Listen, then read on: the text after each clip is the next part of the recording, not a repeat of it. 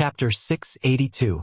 In the final analysis, the difference between low magic, high magic, and supreme magic lay in the difference in the speed of motion of the magic particles, but it was difficult to clearly understand the nature of such a microscopic level. Liszt only told Qi the concept of particle motion and no longer delved into it. Qi, who had been promoted to magic shooter, had proved that her talent could beat most humans in seconds, and her IQ should be able to win a Nobel Prize on Earth. Therefore, handing over the more difficult problems to Qi could better liberate Liszt for his training as a Dragon Knight. But before he left, he had another thing to do: measure Qi's 3 measurements and other data, and then make a batch of clothes for her. Pajamas, home clothes, magic cloaks, and aristocratic dresses must all be there. If one day Liszt founded a country, Qi would be the country's eldest princess. Although he could basically determine Qi's physical data at a glance, Liszt still took out a tape measure himself and carefully measured Qi to get the most accurate number. After recording the number on the thick bast paper, Liszt smiled and touched Qi's hair. "After the clothes are made, you can live in my castle. You can go anywhere you want in my territory, but try not to reveal your siren identity, so as not to attract the malice of others." "I know, brother." Qi nodded reservedly. She had been yearning for life on land for a long time. "When the time comes, if you like, I can arrange for you to go to the Mage Tower where you know Chris and other great mages. You can arrange for them to work on some simple topics and let them help you share the research tasks. Of course, don't reveal your identity as a magic shooter for the time being." Whether it was him or Qi, they had just advanced to a high magic profession. They needed time to become stronger, so it was better to keep a low profile for the time being. Finally, after kissing Qi's forehead, Liszt got up and left the seaside villa. After returning to the castle, he handed Qi's figure data to the castle's housekeeper, Mrs. Morrison, and asked her to arrange for someone to sew clothes immediately. First, make a set of magic cloaks and undershirts, which must be worn tomorrow morning. At the same time, make a set of aristocratic dress, which must be completed within 4 days. The other clothes can wait. Even the most professional tailor could not sew a set of clothes immediately. The better the clothes, the more time was needed, especially the aristocratic dress. "Master, how should I choose the fabric of the clothes?" "The best fabric, the same size as my clothes." The next morning, the tailor arranged by Mrs. Morrison had already made a magic cloak and undershirt overnight. Liszt gave them to Qi after he finished his morning exercises. "Qi, put on this suit. I will take you to Flower Town and Black Horse Island." "Yes." Liszt left the room and closed the door. He didn't think about peeking at the scenery while Qi was changing her clothes. In fact, he didn't even think about it. He was just chatting awkwardly with the giant kelp sprite, Parker, in the worm room of the pond. "Qi actually grew legs and became as handsome as you and me." "Really? Of course, there is still a gap." "Hee hee.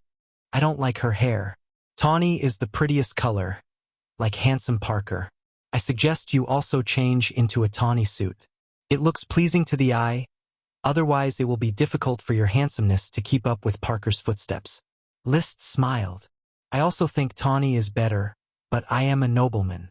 Frac Abier is the most suitable dress for my identity." Chatting with Parker was basically meaningless narcissistic words.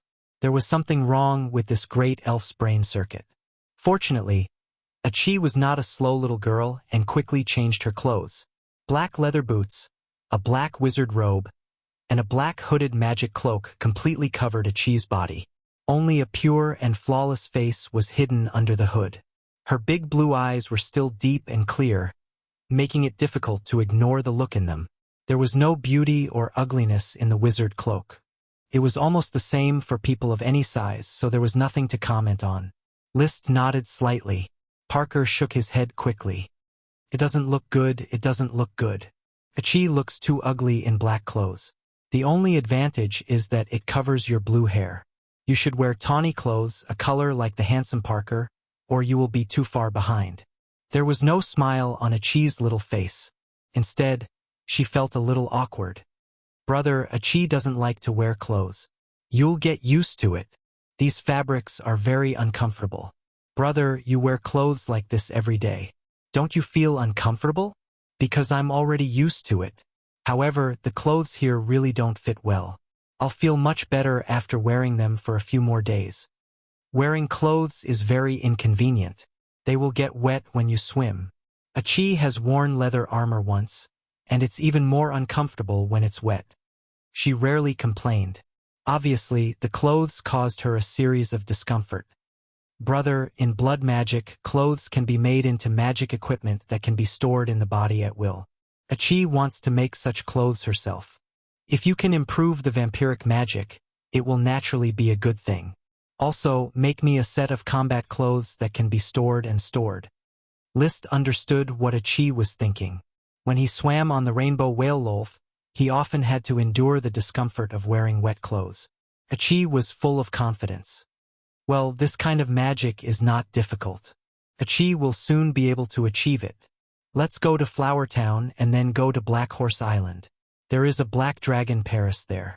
Her physical problems are still waiting for me to solve. You can help me with this. I know. Brother said that Black Dragon Paris is the leader of the Black Horse Island patrol group. She once saw the light dragon and was eroded by the magic of the light dragon. Achi used to think about how to save this black dragon. I have a lot of inspiration that should be able to provide help to brother. Achi, who was wearing leather boots, walked a few steps to get used to the heels behind the boots. Because there were too many feces in the city, boots had finger-long heels. Outside the seaside villa stood List's knight, valet, and others. Seeing List go in alone but come out with a female magician, they had some doubts in their hearts, but no one showed them. For List, the son of glory, this was just a normal operation. Whenever List went out riding a dragon, they would not be shocked at all. It was just that they were used to it. Bring the carriage over. List ordered. The knight immediately rushed the carriage. List personally helped Achi into the carriage, and then he himself boarded the carriage and accompanied Achi in the carriage around Flower Town. They enjoyed the work of ordinary people in the town and the beautiful countryside scenery.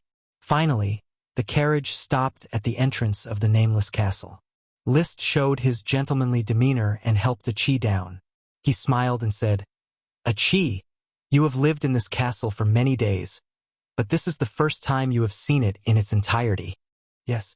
Achi raised her head and looked at the two-story castle, showing a happy smile. It was a beautiful memory worth remembering for a lifetime. She met her closest brother, List, and opened the door of the magic world under the leadership of List. Since then, her fate has completely changed. She is no longer a little siren in the sea, but a magician who pursues the truth. At this time, from the apple orchard, a huge black dog came to List's side, rubbed List, and looked up at Achi. His nose kept sniffing Achi's scent. It's Dosen. Achi recognized the big black dog and wanted to reach out and touch Dosen's fur. Suddenly, a familiar cry came from the castle. Chapter 683. This chapter is titled Starting from Today Wan Jiajia. Wow! Naturally, it was the nameless castle's tyrant, the thorn sprite, Ella. It naturally knew Ella. Sometimes when List went to the castle by the sea, he would take it with him, so it was not a stranger at all. It was the first time it had seen Achi with feet, but it was not surprised at all. Probably its IQ was not enough to be surprised by whether Achi had feet or not. Moreover, Achi was dressed in a more common magician outfit. It landed on List's shoulder, grabbing a strand of pale blonde hair. Ella waved to Achi as a greeting. The siren's shell bathtub was good, but this time she didn't bring a bathtub, so Ella was not interested in her. Then it saw Dosen rubbing against List and immediately raised its hand to sow the seeds. When Trembling Woods saw this, he reflexively jumped back, and then found that Ella did not sow the seeds. Trembling Woods grinned at Ella, but soon it turned its head and continued to look at Achi. It was not known whether it was anxious to look at Achi or because it was afraid to face the tyrant Ella. Achi stretched out her hand and wanted to touch Dosen. List signaled with his eyes, and Dosen stood still, letting the siren, who was more than 1.55 meters tall, touch its shiny black hair. Dosen is really obedient. He has been accompanying his brother in the war. He is really a loyal blizzard beast. Achi touched Dosen and looked into the depths of the apple orchard.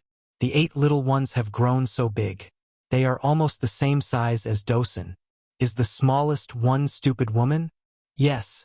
It's a pity that stupid woman can no longer give birth to little blizzard beasts.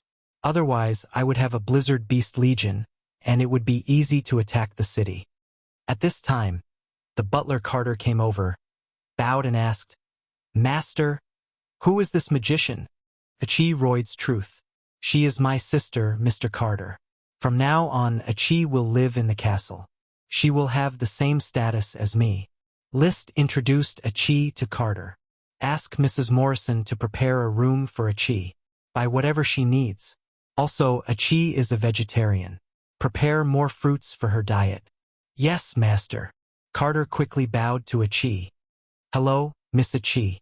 I am the butler of Master's Castle, Carter Claypot. If you need anything, please tell me. I will listen to you on behalf of all the servants in the castle. In fact, he was very curious about Achi's identity and how she became his master's sister. He had accompanied the rise of the Tulip family all his life, so he was very clear about the bloodline relationship between the members of the family. There was definitely no relative named Acaroids. There was not even a magician relative, and nobles rarely practiced magic. However, this did not prevent him from obeying List's instructions and treating Achi as the owner of the castle. He did not speculate about Achi's true identity or the relationship between her and List. He just treated her as a real brother and sister. Achi nodded and did not speak. She did not like to express herself in front of strangers. Soon, List took Achi to the living room of the castle. Butler Carter quickly summoned all the servants in the castle to meet the new owner of the castle. However, there was no grand introduction. Achi did not like this kind of noisy scene. She preferred to read quietly, instead of getting along with people and socializing. At noon, they had lunch in the castle.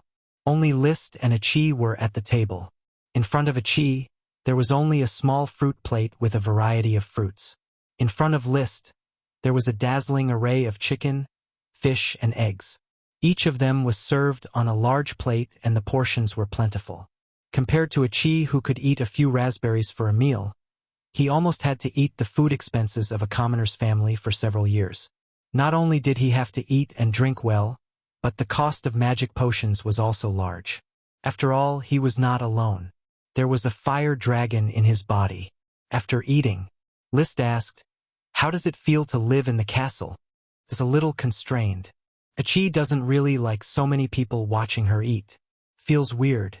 I wasn't used to it before, but now I've adapted. The social system is like this. These are the basic etiquette that a noble needs to maintain. Then let's go to your room and have a look. If there's anything you're not satisfied with, let the servants change it again. Achi's room was next to List's room. Because there had been no women living in the castle for a long time, the furnishings were made of quilts and bedsheets prepared for List before. List preferred pure colors and a dark style, so Achi's room looked a bit old-fashioned. There was no lively temperament that a young girl's boudoir should have. However, Achi didn't care about this at all. The place she proposed to improve was the absence of books. If there are no books in the bedroom, it will not be comfortable at all. There should be a few rows of bookshelves and you can wander in the sea of knowledge. That way, even when you sleep, you can dream of exploring the truth.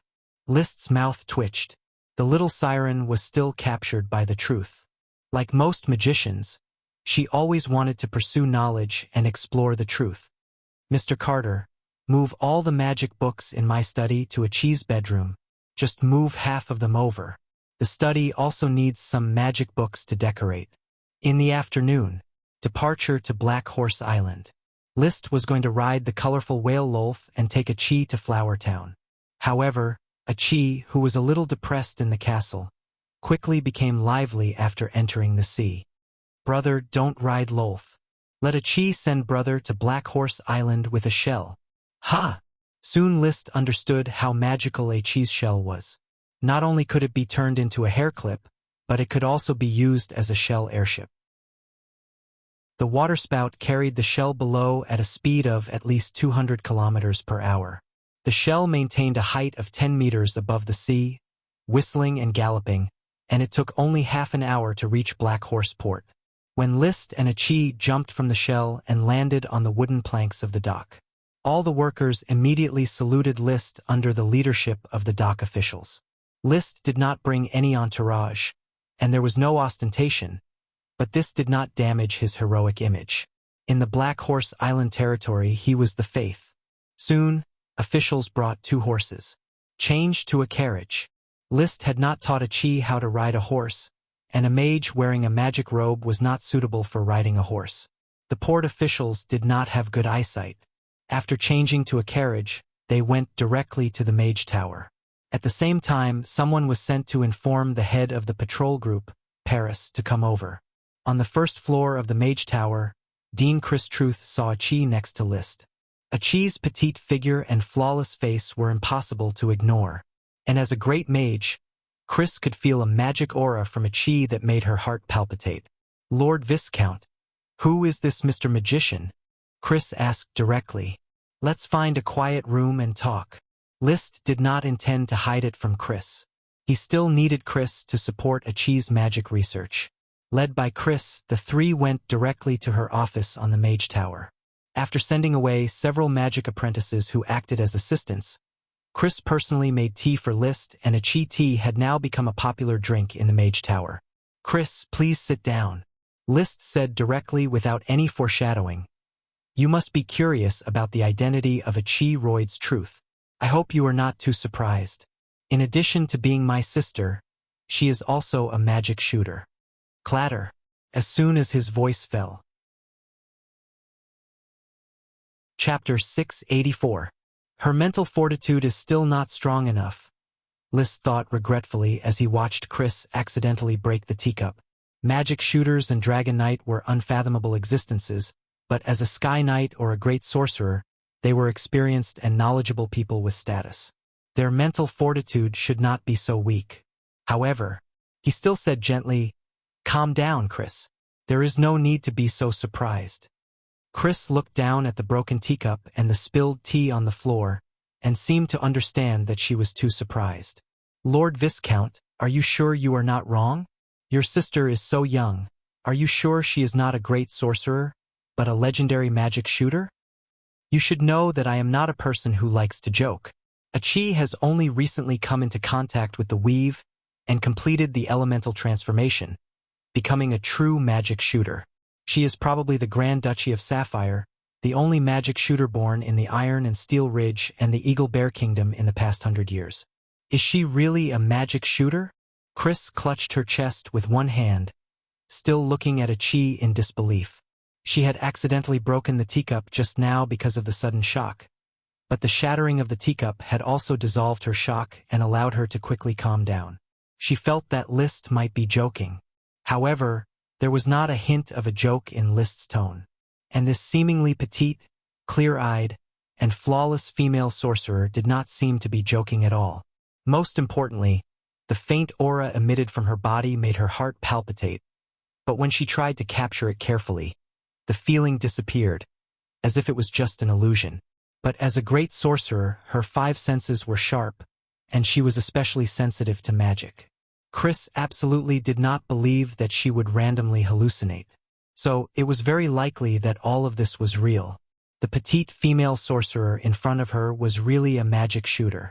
Known as the embodiment of truth that walked the secular world, she had gradually become a legendary magic shooter. Great sorcerers like Chris had never heard of a living magic shooter. They had only more or less read the magic books passed down by magic shooters, and admired the elegance of magic shooters from a few words. Odom Truth, Kawasaki Truth, many mages could call out the names of these magic shooters, but they were basically all magic shooters of the Moon Empire era. Bathed in the glory of the magicians ruling the world, all other professions were regarded as heresy, and only the magicians were orthodox. From the mainland to the moon there were legends about them. Unfortunately, as the times changed, the knight quickly replaced the sorcerer as the rightful ruler of the world. Although the other ancient warriors and ancient mages were not treated as heretics, they were still being devoured and destroyed. The mischievous List was about to explain to Chris why Achi was a magic shooter in detail, fully enjoying the change in her expression from disbelief to confusion, to shock and finally to belief. Achi suddenly raised her hand without saying a word. Then, a water arrow suddenly condensed, and the next moment, the water arrow flashed from her hand to Chris, hovering less than 3 inches in front of her. This sudden turn of events gave Chris another fright. But looking at the suspended water arrow in front of her, she was immediately stunned. Magic shooters' control over magic is completely different from that of archmages. Chris, you can use your heart to feel this water arrow, because it is condensed from the magic power of the weave, and maintaining it consumes the magic power of the weave.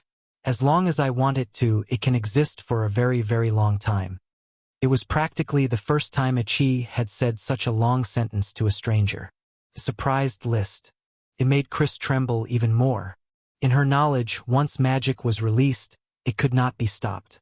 Could only continue to be released or directly collapse. However, a basic water magic water arrow just hovered in front of her. She could clearly feel the magic power that continuously maintained the water arrow. She subconsciously stretched out her finger and touched the water arrow itself. The condensed water passed through her finger, but there were no signs of collapse. In an instant, the magic power that belonged to a high magic was captured by her. She did not understand this kind of magic, but it did not prevent her from feeling the pressure of the high magic power. What powerful magic! Incredible magic! Chris retracted her finger. She no longer looked at Achi with bewilderment in her eyes, but it was quickly filled with passion. Your Excellency Achi Lloyd's Truth, great magic shooter, please allow Chris to offer her highest respect to you. With that, she knelt on one knee and solemnly performed a rare etiquette. Even in the face of her savior, List, she had never performed such a pious etiquette. In the final analysis, whether it was a knight or a mage, they all worshipped the strong more. The magic shooter Achi was clearly far stronger than the Sky Knight List. List was not jealous. If he came over on Leo now, he believed that Chris would also sincerely salute. But there was no need for that. He had always won the respect and loyalty of his subordinates by virtue of his charisma, not by virtue of unfathomable strength. Moreover, at this moment it was Achi's time to perform, so how could he steal the show?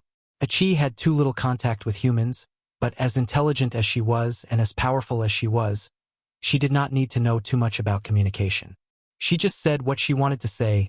Chris, my brother asked you to cooperate with me to study magic. I have many experimental ideas that I need your help with. Chris was pleasantly surprised and said, It is my supreme honor to be able to serve the great magic shooter.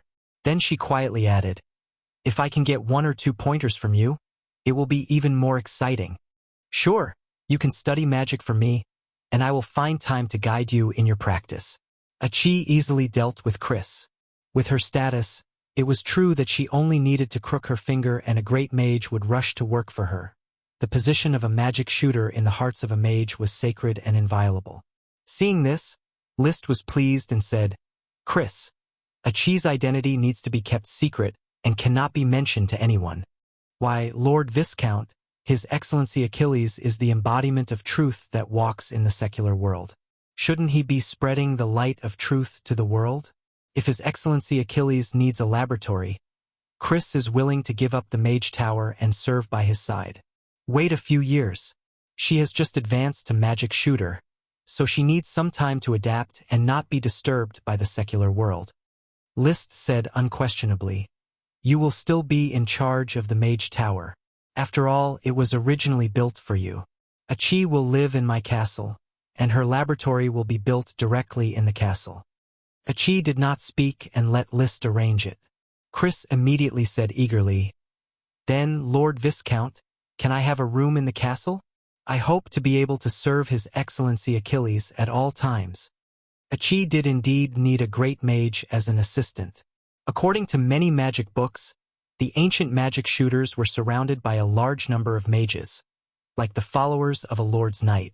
List thought for a moment and said, I can reserve a room for you in the castle, but your work will still be arranged in the Mage Tower. The team of mages there needs your leadership. Chapter 685. Chris had countless questions to ask Achi. But now was not a good time to communicate because List had sent someone to call Paris, the head of the patrol group, to the Mage Tower. Today's main task was to solve the aftereffects of the Black Dragon gang for Paris. My lord, Dean Chris. Paris was still dressed as a valiant mercenary, with leather armor, a big sword, and a ponytail. List introduced, "This magician is Achi Royd's truth. She is my sister." Paris was slightly surprised, and then immediately greeted, "Greetings, Sir Achilles Royds." Her intuition told her that the relationship between this magician and List was unusual, but she was already a follower of List, and those ambiguous thoughts at the beginning had long been settled in the bottom of her heart. The wandering life when she was young made her cherish the hard-won life, so she was able to put herself in the right position. Achi looked at Paris curiously and did not speak. This was the first time she had seen a Black Dragon gang, and she wanted to take a closer look at what kind of state a human being was in after being infected by the magic of a dragon. But just from the surface, Paris was no different from a normal person. The three women were supposed to be a drama, but Achi did not like to talk, and the relationship between Chris and Paris was sloppy, so the atmosphere was more solemn. List did not like this atmosphere and went straight to the point. "Paris, I called you here to solve your physical problems. Today in Chris' laboratory, Achi and I will work together to solve the magic erosion problem of the light dragon for you.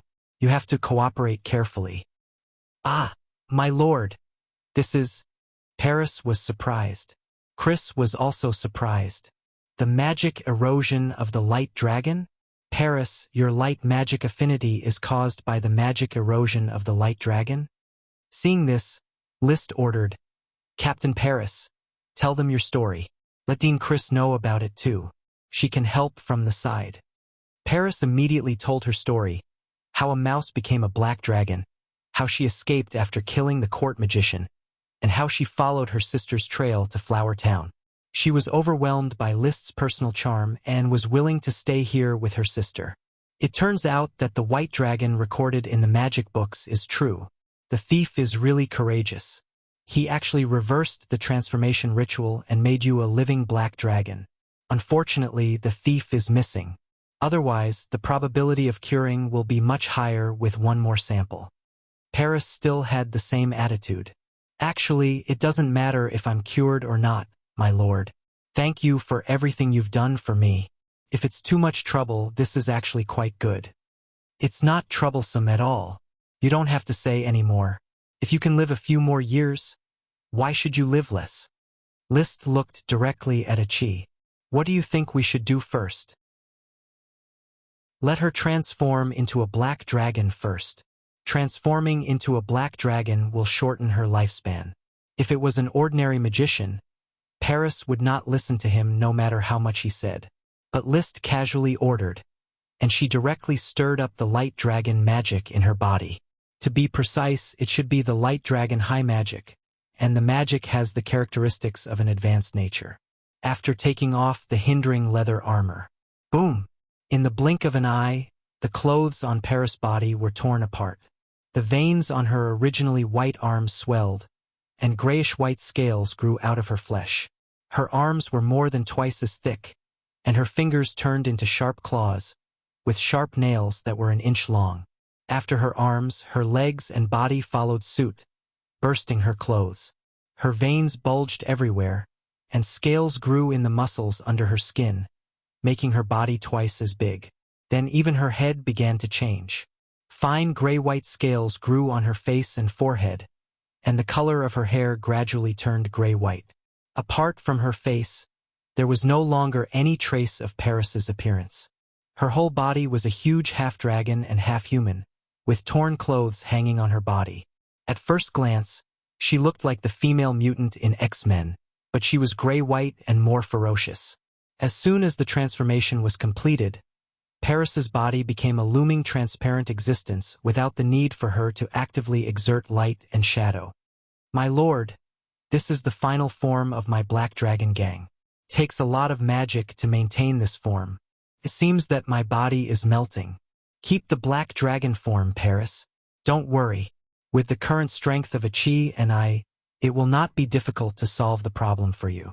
Just trust me. Liszt quickly cast magic eyes and observed Paris, whose whole body was shrouded in a black mist. The black mist was the power left in her body by the light dragon. Strangely, the magic of the light dragon was not a group of sunlight, but a dark gray similar to the dark magic. I believe, my lord. Paris's voice was rough, like two pieces of dry wood rubbing against each other. Chris was fascinated by the scene and muttered to herself, "It's really a black dragon. Is this the magic of the light dragon that distorts the light in the room and gives people an illusion?" She hadn't touched the magic network, so it was difficult for her to understand the special nature of high magic. In front of Paris, Liszt and Achi were surrounding the 2-meter-tall black dragon, constantly peeping and discussing. "Achi, do you have any clues? Brother can try to see if he can extract the high magic of the light dragon. With brother's strength, he should be able to do it." "No, I can't extract it by force. I saw that the high magic of the light dragon has been integrated with the cells of Paris's body. Once the high magic of the light dragon is extracted, Paris's body will collapse. Use the principle of resonance to extract it, so that the high magic of the light dragon is separated from the cells." Achi knew what cells were. Liszt taught her in detail about biology in middle school. "This can be tried." Liszt quickly held Paris's claws. "Paris, relax your body, don't try to resist my do chi." "Understood, my lord." The next moment, Liszt urged his own dragon do chi, constantly adjusting the frequency, trying to integrate with the light dragon magic in Paris's body, and then strip it away little by little. This kind of attempt is almost impossible for ordinary knight and magician, but the dragon knight broke the impossible. The dragon knight resonance can make a person and a dragon resonate, and now it is just a resonance of the high magic of the light dragon. After trying a few times, Liszt showed an imperceptible smile. "It's not a big problem." Then the dragon do chi surged violently. It drove the high magic of the light dragon in Paris's body to surge together, and it quickly reached the same frequency, began to resonate and fuse, and continued to boil and pull out. The principle is similar to the dragon knight resonance, but it is simpler to operate.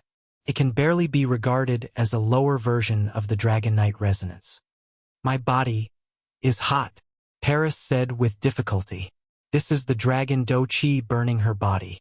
After all, Liszt's dragon do chi is of the fire attribute, with its own burning and burning nature. Even if it converges, it will still cause serious effects on Paris's body. Bear it. Chapter 686. Holding Paris's hand and performing a simple dragon knight resonance, he pulled out the light dragon high magic and took out a fire dragon needle from the gem space with his other hand. The fire dragon needle is a storage equipment made of volcanic glass, which can store the fire dragons while belonging to the supreme magic. However, Liszt has not used the fire dragon needle to store the magic belonging to the high magic. This time, he intends to experiment. After extracting Paris's light dragon high magic, can he put it into the fire dragon needle and slowly study it? After all, it is another elemental dragon's high magic. For mages such as Achi, it is definitely a material of great research value. "It's so hot." Paris tried her best to endure the raging dragon's do chi in her body. To achieve the effect of dragon knight resonance, it is necessary to use her body as the home field for delicate and violent operations. Fortunately, this process did not last too long. Liszt, who is familiar with the real dragon knight resonance, has successfully merged his dragon's do chi with Paris's light dragon high magic, and then slowly extracted it from Paris's body by releasing the do chi. Along a sharp finger, it is guided into the fire dragon needle. Unfortunately, the fire dragon needle can stop the fire dragon high magic, but it can't stop the light dragon high magic. The light dragon high magic, which is integrated with the dragon's do chi, directly passed through the syringe of the fire dragon needle and dissipated in the air. Since it can't be stored, Liszt did not force it. He continued to guide and release. After about a quarter of an hour, he finally extracted all the light dragon high magic from Paris's body.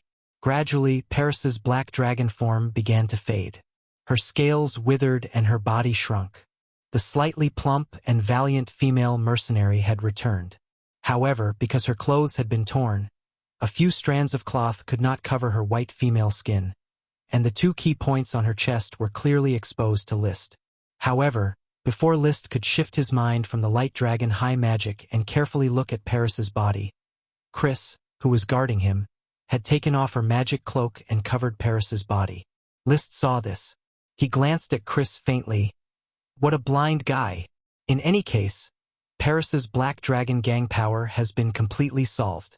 With the withdrawal of power, Paris, who had returned to her human body, slowly fell into Chris' arms. Lord Viscount, Commander Paris has used up all her energy. Will there be any problems? There shouldn't be any problems. List loosened his hand and calmed the dragon fighting energy in his body. However, her body has been eroded by the light dragon high demon for too long. The sudden separation will certainly cause a long period of weakness. She needs a large amount of nutrition to supplement her body's needs.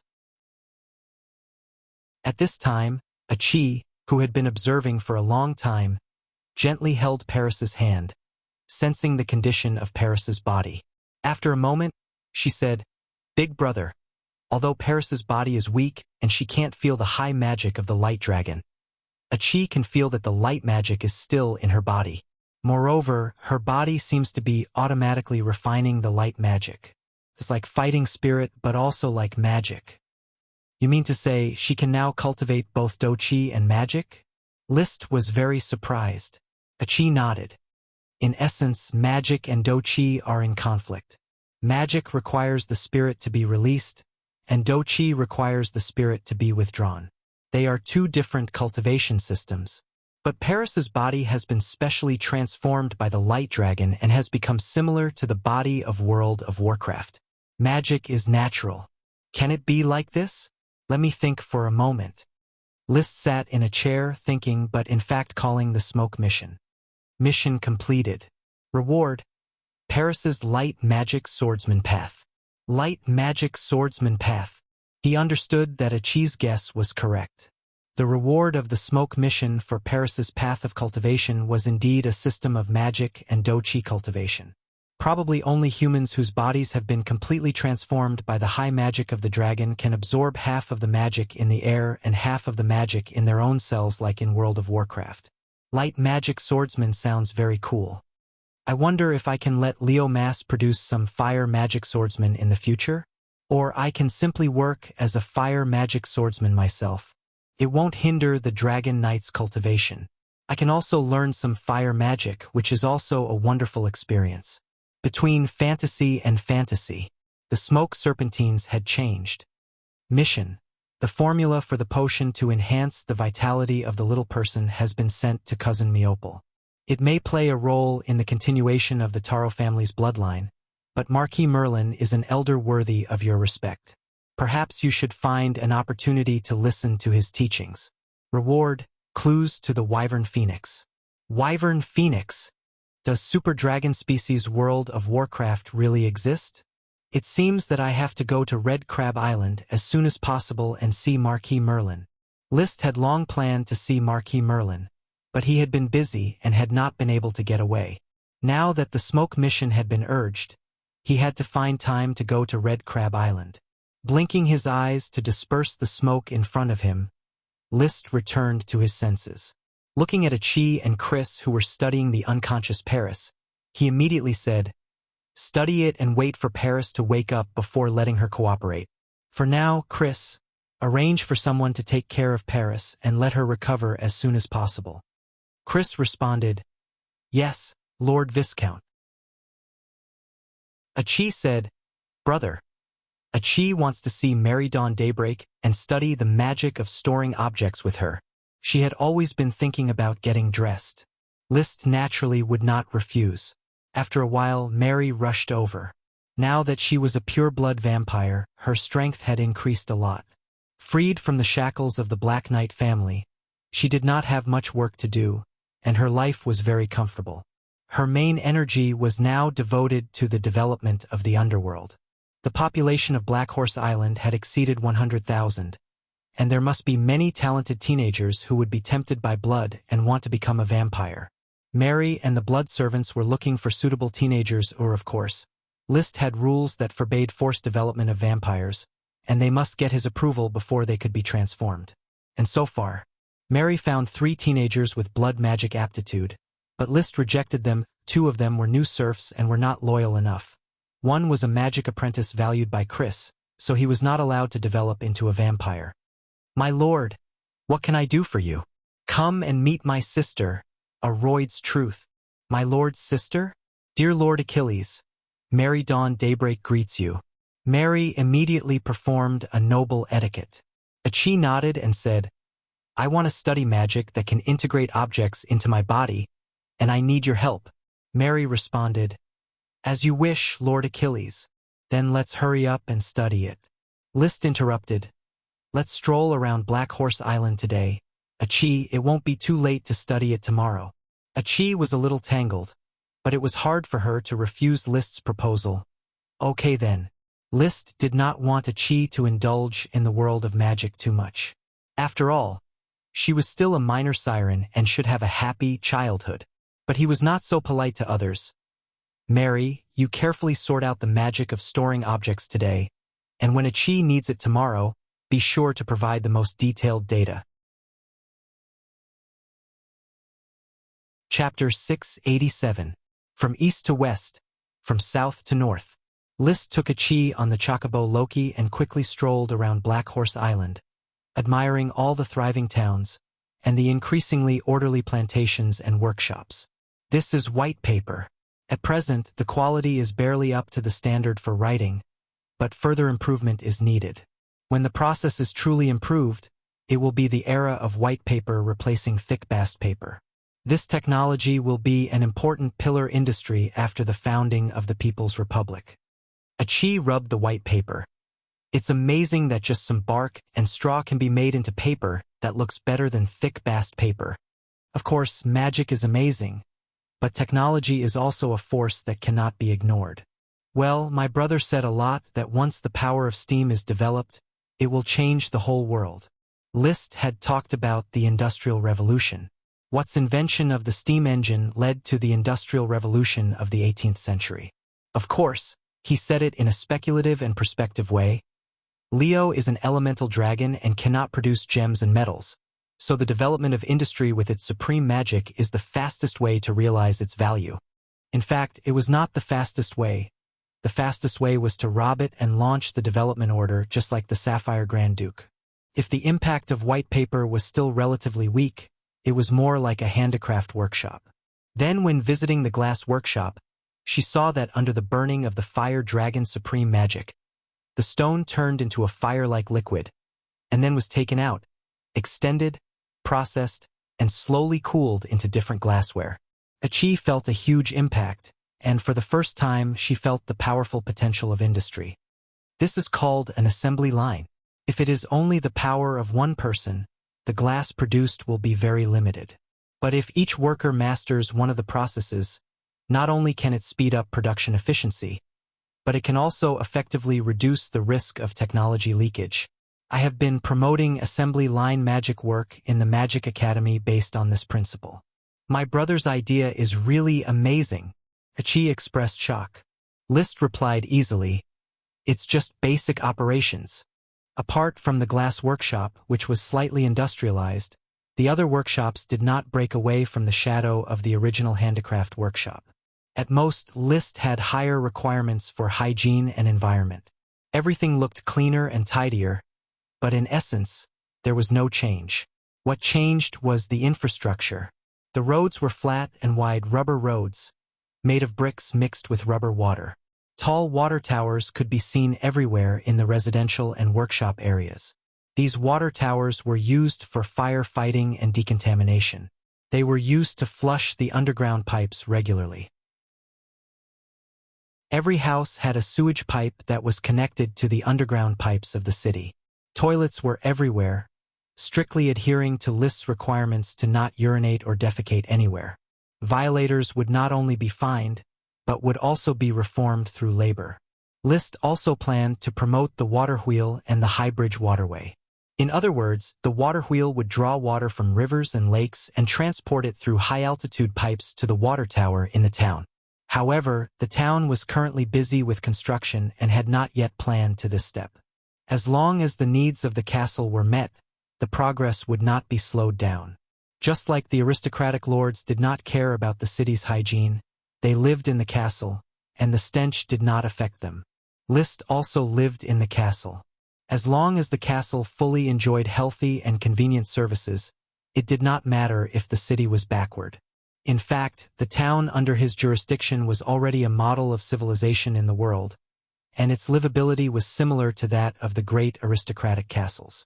Many businessmen chose to buy houses in Flower Town. They could only buy houses in Flower Town. Black Horse Island had not yet been open to settlement. Living in such a clean and hygienic environment, it was really difficult to go back to those dirty cities after getting used to it. Even many small aristocrats living in rural manors went to Flower Town to buy houses and enjoy the convenience of a modern town with delicious food and rich drama. The port town, which was gradually developing into a city, was the focus of the visit. A barren land near Green Tea Town was also the focus of the visit.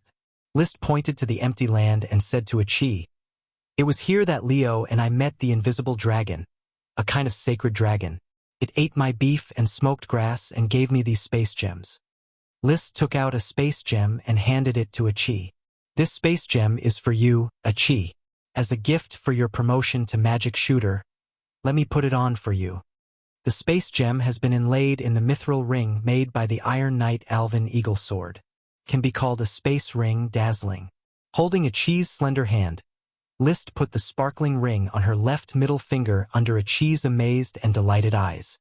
"You can study it. Maybe one day I will ride the invisible dragon, and then I can have as many space gems as I want." Once upon a time, a space gem was like a priceless treasure, carefully collected by him, not daring to show it in front of others. He was reluctant to give it to anyone. However, after becoming a dragon knight, he no longer cared whether the space gem would be discovered or not. Moreover, he still had 2 enchanting dragon fruit. Sooner or later, he would ride the invisible dragon. At that time, space gems would become an important gem resource after his founding and trade with various countries. Compared with sapphires, rubies, and emeralds, the value of space gems was obviously greater. "I have Leo and the invisible dragon. The fighting strength of these 2 dragons will protect my country.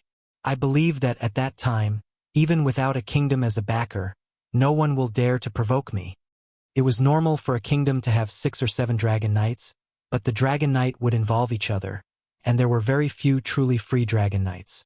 The fall of a dragon knight would cause great turmoil in the country. Naturally, they would not dare to send a dragon knight to launch a war to slay a dragon. Before the establishment of the Sapphire Kingdom, the Eagle Kingdom had only sent 1 dragon knight to launch a war to slay a dragon. If they had sent 2 dragon knights, perhaps the Grand Duchy of Sapphire would not have had anything to do with it. Is this a space gem? It requires magic to stimulate it. It's amazing it can actually have an independent space, as if it does not exist in this world, yet it is connected to this world. Brother is not only a dragon knight of the fire dragon, but also has friendly exchanges with the invisible dragon. Achi was very shocked not only by the space gem, but also by List. Conquering a fire dragon was already an incredible existence. Now, List had obviously begun to conquer a second dragon, the invisible dragon of the sacred dragons. This almost made her lose herself in the worship of List, facing the little siren's adoring eyes.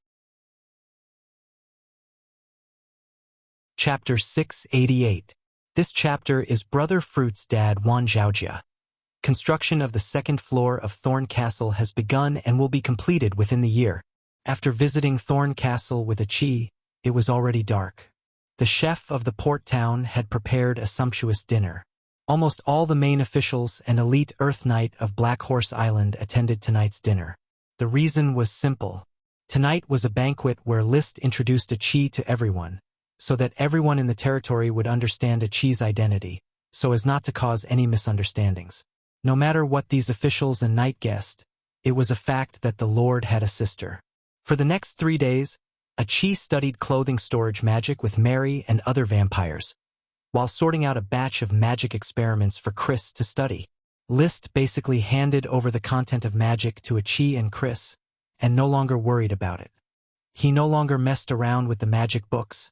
He was really afraid of being urged even more. Almost every day, the Count would send a messenger knight to ask if the List's aerial manuscript was completed. No one had urged him before. Writing books was a form of relaxation, pleasure, and elegance. However, after being urged by others, writing books became a burden, and there was no longer any joy in it. He preferred to practice Dragon Knight resonance with Leo, soar in the sky, and observe everything in the world from a dragon's perspective, the colorful colors and the trajectory.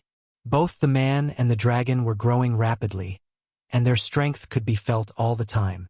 Leo could even cross the sea between Coral Island and Black Horse Island. In the past, he was very young, and his physical strength was not enough to fly more than 100 kilometers. But now he could easily cross the sea, but he could not cross more than 500 kilometers. He needed to find a foothold to recover his body. Although the dragon was magical and powerful, the consumption of the dragon was also huge, especially when the high magic in the young dragon was constantly condensed into supreme magic, and he was often hungry. When the dragon became an adult, the supreme magic would have been condensed, and his endurance would probably increase. Aside from flying in the sky, List and Leo spent most of their time studying the Dragon Warrior Chi Secret Manual.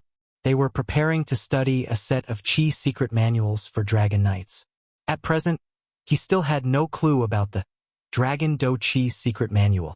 He was only repeatedly using the Red Sun Rising Flame and other Do Chi secret manuals. He strived to figure out the magic circulation method in Leo's body during the process of continuously releasing battle aura scrolls. Then, he would use this information to design new moves. List was busy every day.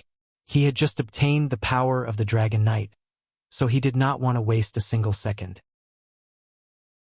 Just like Achi was constantly adapting to the power of a magic shooter.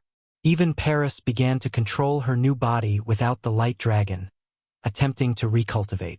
List directly let her try to dual cultivate chi and magic, walking the path of a light swordsman. Magic, you can only practice light magic. You can also only practice light do chi. Although the power of the light dragon has been expelled, your body has completed the transformation. You can only refine light do chi and absorb light magic. But this isn't a bad thing. Maybe it's a good thing. Sir, can I still cultivate to my previous strength? Yes. List gave an affirmative answer. The upper limit of your strength has increased significantly. I'm afraid your future can be more brilliant. Maybe you can become the first light swordsman who is both a great mage and a sky knight. When you succeed in surpassing yourself, I will give you a new surname. Paris asked with concern. What surname? Lightsaber, Paris Lightsaber. It was not uncommon to have a sword as a surname. For example, the only Iron Knight of Black Horse Island, Alvin Eaglesword, was named after a sword. However, Paris's lightsaber sounded like a sword in her name, but in fact, it was named after her profession. Her profession was a new light swordsman. Paris Lightsaber. The former mercenary clenched the big sword in her hand, and for a moment, her fighting spirit rose again. Sir, I will definitely take the surname Lightsaber. I believe in you. List smiled. Such a smile was like a spring breeze. Paris could not help but fall into a momentary trance. Perhaps it was such a smile that pulled her heart back to the light from the darkness. Time passed by in a flash. There was only 1 day left before the celebration banquet for the Count's promotion to Marquis. The messenger knight of Tulip Castle rushed to Flower Town early and informed List. Sir Viscount, Sir Lord hopes that you can go to Flower Town today. Many guests have arrived at Tulip Castle, including your uncle's family. I see. If other guests came, List would have ignored them. Who cares if they were big or small nobles? In a few years, they would be people of 2 countries. There was no value in socializing. He was a person who was too lazy to socialize. He could be more aristocratic than any aristocrat, but there was still a heart in his body that wanted to break away from the noise. But when Masillo's family came, it would be unreasonable for him not to go. Soon, he set off for Flower Town, ready to have a good chat with his uncle's family. When he arrived at Tulip Castle, the already lively castle suddenly boiled up. All the nobles got up to greet him and waited at the gate of Tulip Castle to see the second strongest person in the Grand Duchy. Father Liszt, who was used to seeing such a scene, was not the least bit uneasy. He first saluted the Oxtail Marquis and then saw his uncle Masillo Longtaro. He saluted and greeted them again. Uncle Aunt Meopal Angela, welcome to Tulip Castle. Using his identity as a member of the Tulip family, he performed the aristocratic etiquette, expressing his intention to separate from the family. Perhaps it was very strange. Some lesser aristocrats separated from the family after obtaining a lesser sprite. However, Liszt, who was already famous in Sapphire, still did not separate from the family. However, no one raised any objections. Liszt, you are even more graceful than when you were in the Eagle Kingdom. Masillo laughed heartily and patted Liszt on the shoulder with a gratified expression. His nephew had really made him proud. With such a relative, the Taro family had become more confident. Cousin Meopal was even more excited. It has only been a long time since we last met, yet you have become a child of glory of Sapphire. This is too enviable. Little Princess Angela also said, for Sapphire to have such a powerful knight like you is the glory of the country. Liszt responded with a smile. Following the introduction of the Oxtail Marquis, Liszt greeted other aristocrats that he knew or did not know. He was neither too arrogant nor too humble. He maintained a noble and distant gentlemanly demeanor. Even though he was a cut above others as a dragon knight, he still upheld the worldview that everyone was equal. He did not feel that there was any difference between aristocrats and commoners. He did not feel that aristocratic bloodlines were truly noble and that commoner bloodlines were inherently despicable. Giving commoners more meat could also give birth to a genius knight. His youngest follower, Emily, was a super genius born from a commoner. If one really wanted to haggle, these aristocrats were no different from lowly ants in front of his dragon knight identity. After a round of greetings, after receiving countless flattery, everyone finally returned to the castle's living room under the urging of the Oxtail Marquis. Liszt did not like crowded places, so he directly pulled Meopal to the Oxtail Marquis study to chat. Cousin, did you receive the formula I sent you? I received it and asked the great wizard to prepare it according to the formula. The potion should be ready by the time I return. Meopal said and then asked skeptically, Can the potion really promote the vitality of the midgets in my body? It should be true. Cyril would not dare to deceive me. Since he offered the potion formula to me, it shows that the formula is really effective. I hope it really works. Alas, I have been under too much pressure recently. Don't be nervous, relax. The more nervous you are about giving birth, the more likely it is that things will turn out contrary to your wishes. Take the potion and stick to eating the medicinal ingredients and food I sent you, and conceiving a child won't be too far away. Liszt comforted him and then asked, How is grandfather's health? So, sometimes good, sometimes bad. However, grandfather's mentality is very good. He believes that living one more day is one more day earned. He just misses you as well as Levis and Lavera. I also miss grandfather and have been preparing to find time to visit grandfather, but I have been delayed by other matters. After my father's celebration banquet is over, I will go with you to Red Crab Island. Chapter 689. The night. After declining Levis's proposal to go to Coral City to participate in some kind of party, Liszt and Meopal, in addition to chatting, also discussed piano skills in the Tulip Castle's piano room. Meopal really liked to play the piano. His skill was skillful and the rhythm was smooth. Liszt's skill was far from Meopal's level, but he found another way to play his own original piano music. When he was in high spirits, the Smoke Mission also joined in the fun, making him recall two familiar melodies, Accompanying You and San Son Swan. Together with the previously impersonated Fur Elise, the Liszt piano music collection contained 3 classical piano pieces. However, he didn't know if it was because his strength had increased, but his mental strength had also increased. Subsequently, he recalled several piano melodies and composed several classical piano pieces. Therefore, it didn't matter if he didn't play the piano, but once he did, he would inevitably amaze everyone and cause a sensation that would cause countless girls to orgasm. However, he rarely played the piano in public. He had long since passed the stage where he wanted people to worship and be obsessed with him. He preferred to quietly enjoy life. Liszt, you are a genius through and through. Not only is your cultivation amazing, but even your piano playing is so terrifying. If you were interested in playing the piano, I'm afraid you would be the first piano master born in the Grand Duchy of Sapphire. Your talent in composition is enough to stand shoulder to shoulder with masters like Czerny. Playing the piano is just a small skill to cultivate one's mind. Meopel, there is no need to indulge in it. Liszt simply tapped a few keys, then turned around and no longer played. You should learn from me and put more time into cultivation. Strength is the standard that determines the status of an aristocrat. Alas, I am already 25 years old this year and have barely touched the shackles of an Earth Knight. If I want to break through, I'm afraid I'll have to wait until next year. Meopel's talent was pretty good, at least compared to Messiro, who had been forcibly turned into an ordinary Sky Knight. His talent was very strong. However, he was only a qualified successor to the Marquis. Sword Saint was probably his limit in the future.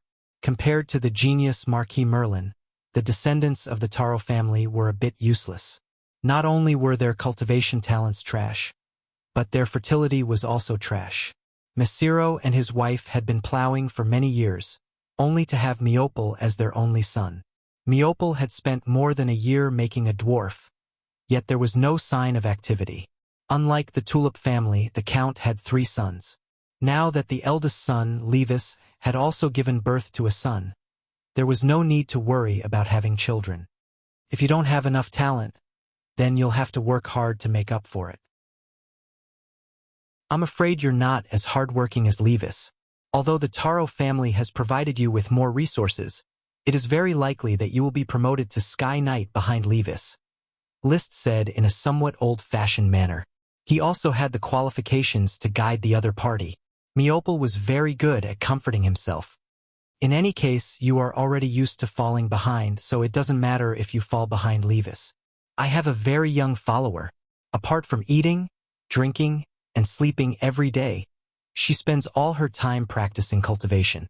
I suspect that she will promote to Sky Knight before you. Amazing! You already have a Sacred Swordsman follower. This time, you will have another Sky Knight follower. I still have 2 Sky Knight captives. If Alonso Cyclamen still does not pay the ransom, then I'm afraid that the 2 will also choose to pledge loyalty to me. Sky Knight captives, Alonso unexpectedly did not choose to pay the ransom? I also find it very strange. Liszt did not know what Alonso was up to. Was he so extravagant that he did not care about the Sky Knight followers? Was he delayed by something? Or was he hatching some scheme? Even if Alonso was hatching some scheme, there was no need to care about it. There was still the Grand Duke ahead of him. After resting for a night in Tulip Castle, Liszt rode the Chocobo Loki early the next morning and returned to the Flower Town. Today was the celebration banquet for the promotion of the Earl of Coral Island to the Oxtail Marquis. So he needed to dress up and attend. He needed to bring his followers, retainers, and servants. He selected Clearwater Sword St. Yevich Peanut, Iron Knight Alvin Eagle Sword, Port Town Consultant Gort Mast, and Black Horse Island Orders of Chivalry Commander Marcus Wheel from among his followers, and let these 4 followers follow him to Tulip Castle to attend the banquet. To support the Tulip family, Sacred Swordsman, Iron Knight were excellent signboards to decorate the facade. By the way, he brought along his youngest follower, Amelie, so that she could see the world as a retainer knight and relax at the same time. It was not a reasonable way to practice every day. Amelie did not want to rest, so he could only take her out to rest and relax. In addition, Liszt also brought along a Chi, who was dressed as a noble lady. Now that Achi had been announced as his sister, it was time to let his family know Achi and shock the Oxtail Marquis. Unknowingly, Liszt had developed this bad taste. He was used to making some big news and enjoying the shock of the Oxtail Marquis. The expression of trying to hide it was very interesting. It was probably revenge for the other party always urging him to update Liszt's Handbook of the Sky, making him lose his interest in writing. Brother, Achi doesn't want to attend the banquet. This dress is so uncomfortable. Achi was more attractive than any noble lady. A pure face paired with a gorgeous dress, smooth skin and petite figure, as well as a young and inexperienced demeanor, would definitely make all the noble ladies feel ashamed of their inferiority. Bringing Achi to the banquet was very likely to shield Liszt from the vicious gazes of those female nobles. Liszt could imagine how many aristocratic young ladies would be aiming at him at this banquet, as if they were hunting. After all, he was such an outstanding person. This is the life of humans, Achi. Learn to endure it first and then you will know how to enjoy it. Liszt tidied up his laugh-pleated collar. I didn't like Vagabond before, and thought it was a dress that a fool came up with to torture himself. But after getting used to it, it still feels very uncomfortable. The aristocratic dress of Vagabond was cumbersome, strange, and uncomfortable to wear. Perhaps it was this oddity that made it a symbol of nobility. The more cumbersome it was, the more orderly it was, and the stranger it was, the more outstanding it was. It symbolized aristocratic etiquette and nobility, which was completely different from the ordinary clothes of commoners. This was the biggest characteristic. But Liszt did not like it very much. After I establish the country, the first thing I will reform is the dress.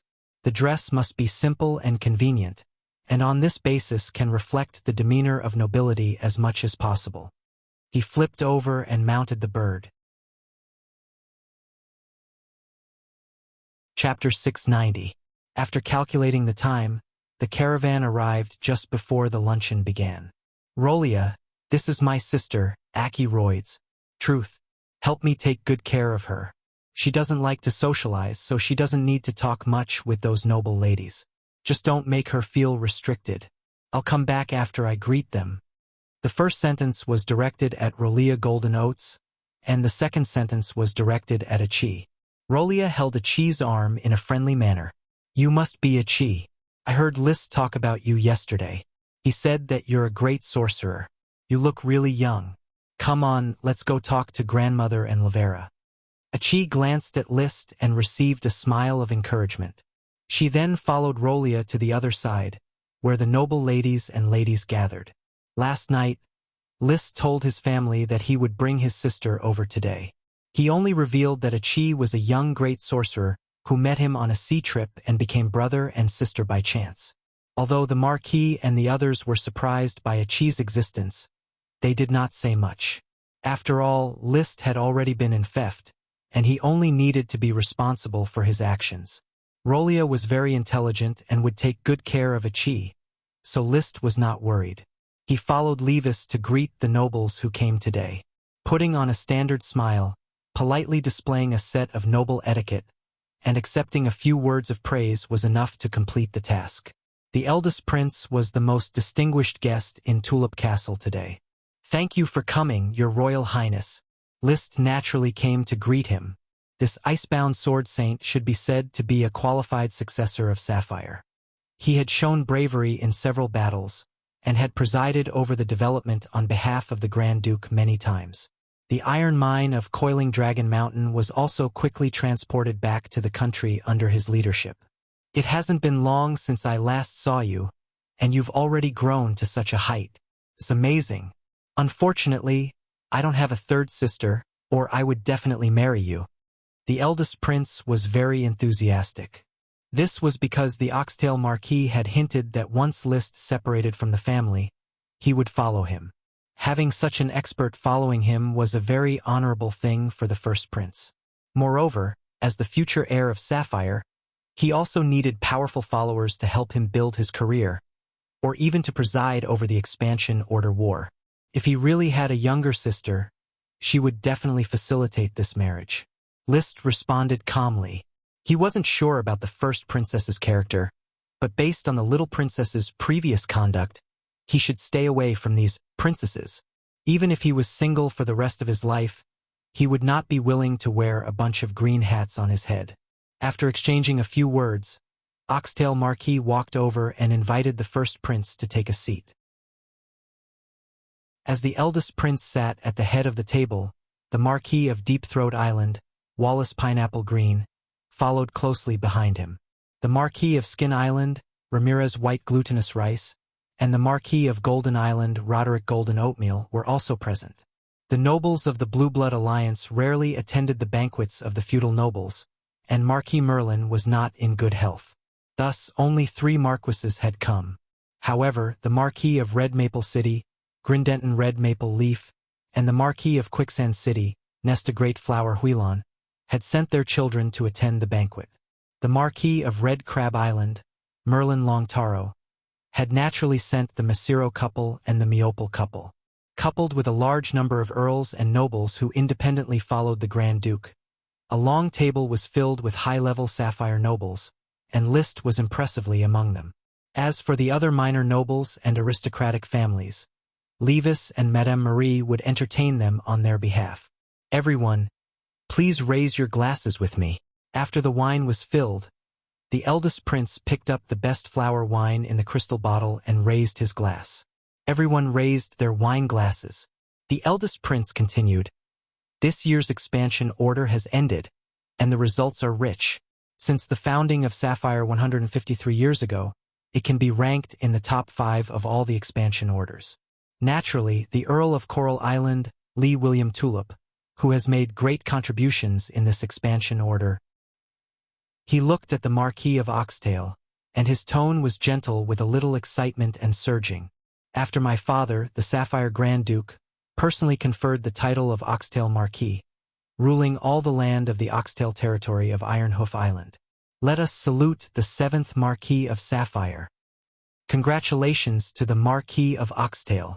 Everyone responded to the call of the eldest prince and raised their glasses again. "Thank you for your congratulations." Although it had been many days since he was promoted to the Marquis of Oxtail, Lee William was still in high spirits and drank the fresh flower wine in his glass. Immediately, the eldest prince and others drank the fresh flower wine in their glasses. Liszt also drank the fresh flower wine in one gulp. The white wine entered his throat and was plump and mellow. Compared to the first batch of fresh flower wine sold at the beginning, it has improved a lot. Nowadays, flower brewing techniques are becoming increasingly complex, and the quality and variety are constantly improving. Can beat any kind of white wine on the market. However, after all, 2 or 3 great aristocrats such as the Sapphire family are also running the white wine business. Apart from being sold on Golden Island and Red Crab Island, the sales of the other big islands are not high. They can only conquer some aristocrats who really love wine by virtue of their soft taste. One glass was drunk. Liszt was ready to become invisible, eat and drink no matter how others chatted. However, he underestimated the influence of his ghost swordsman inheritance, and the second strongest person in the country. The eldest prince raised his wine glass again and said, "Everyone, please raise your glasses with me again. This year's development has allowed Lee William to be promoted to the rank of Oxtail Marquis. This is worthy of celebration. In the war, our country has also produced a powerful knight who single-handedly defeated a powerful domain knight." Everyone looked at Liszt. Liszt's expression did not change at all, as if what was said had nothing to do with him. Liszt Tulip, the second son of the Marquis of Oxtail, Viscount of Black Horse Island, 18 years old this year. He personally led the Orders of Chivalry to capture the Coiling Dragon Mountain iron mine. Such a brilliant achievement should be saluted. It's not worth mentioning. Liszt responded calmly and drank the fresh flower wine in his glass. The eldest prince put down his empty glass and laughed. "Well said, Liszt. I look forward to you making more contributions for Sapphire in the future." The other great aristocrats echoed. "He is worthy of being the second strongest person in Sapphire. This calmness is far better than us." The Marquis of Oxtail gave birth to a good son, and the rise of the Tulip family is just around the corner. List has a great future. I really want to see you fight against the Marquis of Wildtao with my own eyes. I have a granddaughter who is as beautiful as a flower, gentle and virtuous. I will introduce her to you later. I believe you young people will have a lot in common. List kept smiling and didn't answer much. He was more focused on eating and drinking. After a round of flattery, these great aristocrats finally stopped surrounding the arrogant and cold List and turned to compliment the Marquis of Oxtail. Chapter 691. This chapter is digest and will be updated with more information. After the banquet, there would usually be some entertainment arranged. The entertainment on Coral Island, in addition to hunting, was to enjoy songs and dances. With the creation of plays by List and the promotion of new drama performers such as Avril Mask, the stage has extended into 3 forms: opera, dance, and drama. Coupled with the burlesque, drama performances have become more and more abundant, and it has become a favorite amateur activity of Coral Island for the nobles and civilians. These stage plays have rushed out of Coral Island and began to develop to the outer islands, but the scale is not large for the time being. There is no doubt that the Marquis Oxtail arranged several stage performances in the castle hall, which attracted the attention of many nobles. Achi, who was sitting next to List, watched with relish. The dramatic conflict, the skillful turn of events, and the exaggerated performance were all impressive. During the break, List asked Achi, "How was the luncheon? Loria is very nice, Penelope is also very nice, but Achi doesn't like those noble ladies. Achi doesn't pay attention to them. They look a little unreal. Nobles are like this, living with a mask of disguise. Brother, when are we going back? Don't you like Tulip Castle? Achi wants to go back to Flower Town. She can go to the Black Horse Island Wizard Tower. I don't feel very comfortable staying here. And Achi is studying the magic of storing clothes, and it has reached a critical time for progress." It was indeed difficult for Achi to adapt to the life of a human noble immediately. List did not want to force a siren to live like a human, so he nodded and said, "Then meet my father and have a chat. I will send you back to Flower Town." Okay. After watching the stage play, while the nobles were taking a short break for tea, List found the Marquis Oxtail and said, "Father, if you are not busy, let's have a chat."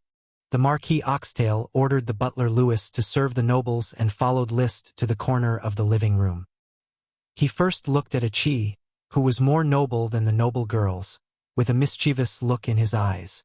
He asked, "List, is this the sister you mentioned?" Obviously, like most people, he was also guessing the relationship between Achi and List. List didn't have any special feelings about this kind of gaze. Of course, in his mind, Achi belonged to his private property. Of course, there were some other thoughts in his mind. However, Achi was more like Little Fire Dragon Leo and Big Elf Parker. They belonged to the category of magical creatures. The difference was that Leo had intelligence close to that of a human, but he showed more of a bestial nature. The elves were very human-like, but at least they were slightly lacking. At least all the elves below the great elf level were lacking. Only Achi, as a sea elf, showed the same form and behavior of high intelligence as humans. "Father, let's talk in the study." List pulled Achi and responded. Upon hearing this, the Oxtail Marquis felt uneasy, felt like something big was about to happen. He couldn't help but take a deep breath. "Why don't we talk in this corner? I need to keep it a secret." "Who?" The Marquis looked at the calm expression of List and then at the expressionless Achi. He felt more and more that something big was about to happen. Resisting the uncomfortable feeling, he said, "I'll go greet the eldest prince. Wait for me in the study." A moment later, in the study, List, Achi, and the Marquis sat down. The Marquis held a teacup and asked uncomfortably, "What do you want to say to me?" "Father, you must be very curious about Achi's identity. I'm going to reveal a little to you so that you can make arrangements," List said. The Marquis looked at Achi, who was holding a book and reading seriously. She didn't seem to want to participate in the conversation at all. He patiently waited for List to continue. "Achi's identity is very special. Allow me to keep this a secret. But I can tell you, father, that Achi and I are indeed like siblings.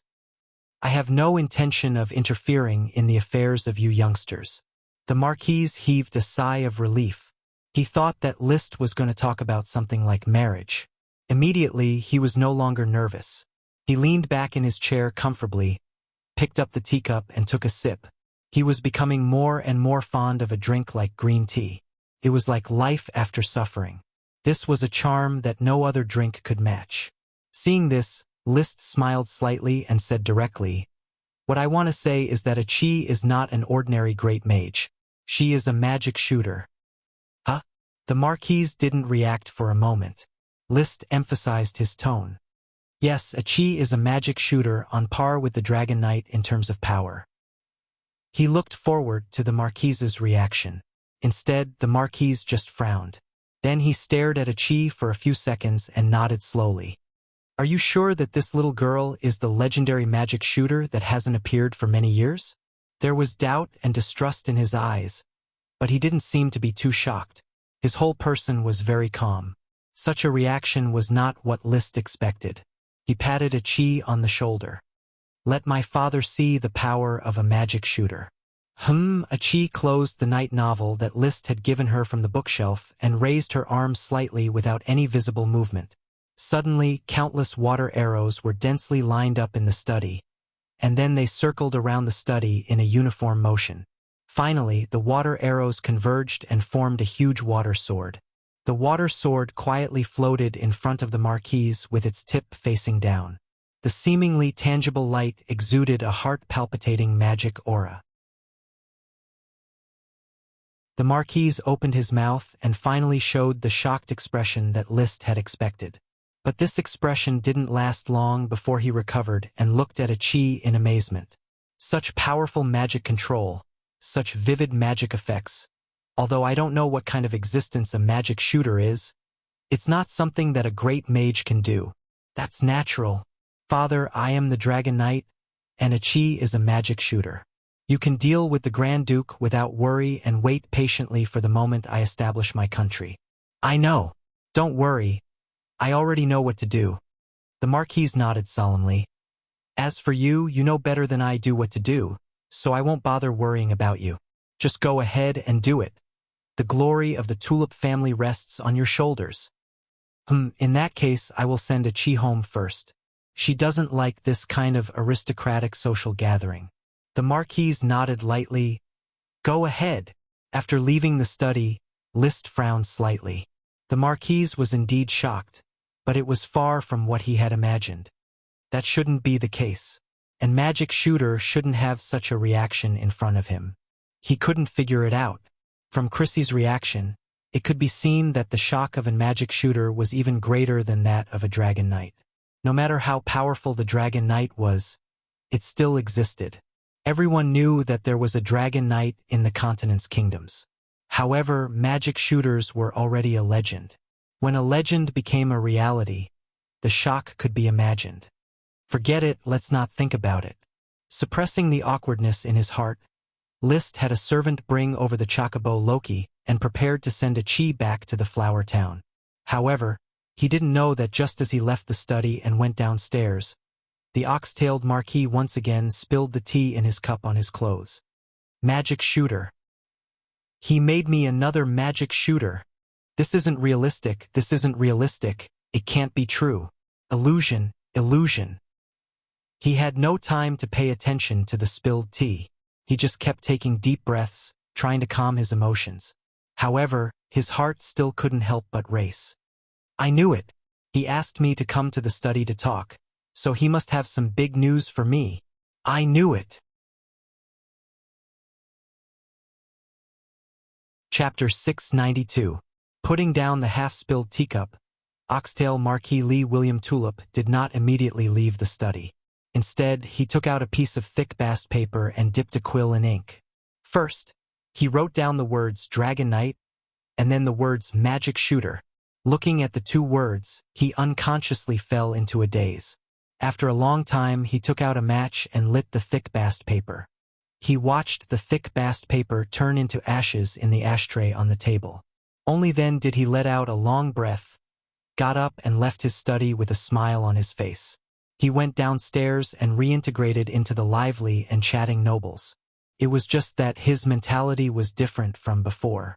A single dragon knight still had to worry about the mainland kingdom launching a war to slay the dragon.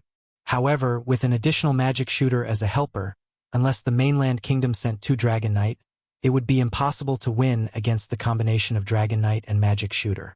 As List's father, seeing the relationship between List and Achi, he probably understood that not anyone could pry this corner away. Therefore, once his son founded a country, there would be 2 peak powers, the Dragon Knight and the Magic Shooter. It would definitely be more stable than the Grand Duchy of Sapphire at the beginning of its founding, and the Tulip family could also take this opportunity to spread their branches in the new country and continue to pass on their bloodline. The family's glory would reach its peak. Now that everything is ready, it's just a matter of when List plans to establish a country. When Lee William Tulip chatted with these nobles, he felt that he was not only superior but also superior. Even the eldest prince was just a child. Of course, the nobles were good at disguising themselves. He still played his identity as the Oxtail Marquis very well. The guests laughed and the lively atmosphere of Tulip Castle did not stop for a moment. On the other side, after List sent Achi back to Flower Town, Achi did not stop and went directly to Black Horse Island. She wanted to continue to study the magic of clothing storage with Mary and other vampires. After growing her feet, she no longer felt bored. Every day she had endless things to do. Wandering in the sea of knowledge, constantly pursuing the truth, he was full of energy. As for List, after dilly-dallying in the Flower Town to deal with some government affairs and instructing the butler Carter to pay attention to some matters, he prepared to leave the Flower Town and return to Tulip Castle. Tomorrow, he was going to follow Meopal to the Red Crab Island to visit Marquis Merlin, whose days were numbered. Wow! Ella flew over and landed on List's shoulder. The thorn sprite was a little unhappy. List held it in his hand and asked, "What's wrong? Did you have a conflict with the gold thread sprite?" List felt Ella's mood and understood that she was very unhappy with the gold thread sprite. At the mention of the gold thread sprite, Ella suddenly shouted, "Wow!" Her emotions also became excited. List clearly felt the content behind this emotion. It turned out that Ella was very unconvinced with the gold thread sprite. In the previous big melee, although Ella was the first to make a move, the gold thread sprite was not willing to be outdone. She pulled the sprites everywhere to join the melee and successfully took away Ella's limelight. Now the sprites recognized the gold thread sprite and Ella as the bullies of the Nameless Castle. They should not be easily provoked. The status of the Nameless Castle, which should have belonged to Ella alone, was stolen by the gold thread sprite. How could Ella be happy? In particular, the gold thread sprite's fighting strength was not weak and her character was aggressive. Ella felt that she might not be able to do anything to the other party. She was even more unhappy, so she complained to List. However, how could List pay attention to this kind of behavior, so he just comforted and told Ella to sleep well and not to fight. Then he sent Ella back to her separate room, patrolled the worm room, and warned every sprite. Feeling that he had suppressed the restless sprites, he left the castle and rode the chocobo Loki to Tulip Castle to continue the communication between the nobles. In the worm room, Ella pushed the lid of the box on top of her head and lay on the edge of the box. A pair of big black eyes on her small head looked at the glass window of the worm room and the swaying apple tree outside the window. No one knew what she was thinking. Now that it was almost autumn, the leaves of many apple trees turned yellow and fell off. A fallen leaf followed the path of the wind and fell on the glass of the window. Ella rushed over in a flash and looked at the leaf on the glass. The leaf was slightly curled, and traces of veins could be seen in the yellow. He let out a cry that sounded both curious and happy at the same time. Wow! Riding Loki. Running in the air, every time Loki landed on the ground, he would run in the air again. His running speed was far faster than his flying speed. Following the ups and downs of Loki, List suddenly had a feeling of, "I am a falling leaf in the wind. Watch how I fly." Although he was only riding a chocobo, a big bird that could barely be regarded as an intermediate dragon in World of Warcraft. He was actually riding a dragon in his heart. A dragon knight should ride a dragon. Moreover, he was not an ordinary dragon knight. There were 2 dragon soul fruits in the gem space, which meant that he had 2 dragons. One of which was the invisible dragon, and the other was the fairy dragon. If his smoke quest also represented a dragon, he would have 4 dragons. In addition to the fire dragon, which was a powerful elemental dragon, the invisible dragon, the fairy dragon, and the smoke dragon were all holy dragons. If I can find 2 more dragon soul fruits, maybe I can gather 5 holy dragons in the future. At that time, I can probably be called a holy dragon knight. The smoke dragon that represented fate, the fairy dragon that represented life, the formless dragon that represented space, the dusk dragon that represented time, and the emerald dragon that represented dreams. Each of the divine dragons represented mystical powers, but I don't know where to find them. Liszt looked forward to the power of fate to guide him. Just like the smoke quest led him to ride the little fire dragon Leo and made the invisible dragon an old friend. Maybe one day the smoke quest would lead the other 3 holy dragons to him. Just like the elves were independent individuals, the dragons were also independent individuals, and they tricked each other. No problem. Touching the 3 space gems hanging on his chest, his thoughts jumped irregularly. There is no need to hide. Later I will ask Alvin to make 3 more mithril rings, inlay the space gems, and make a space ring, which will be more convenient to use. The gem space was placed on his chest, and every time he used it, he had to reach out and touch it. If he put it directly on his finger, he could take out and put in items at will, fast and efficient.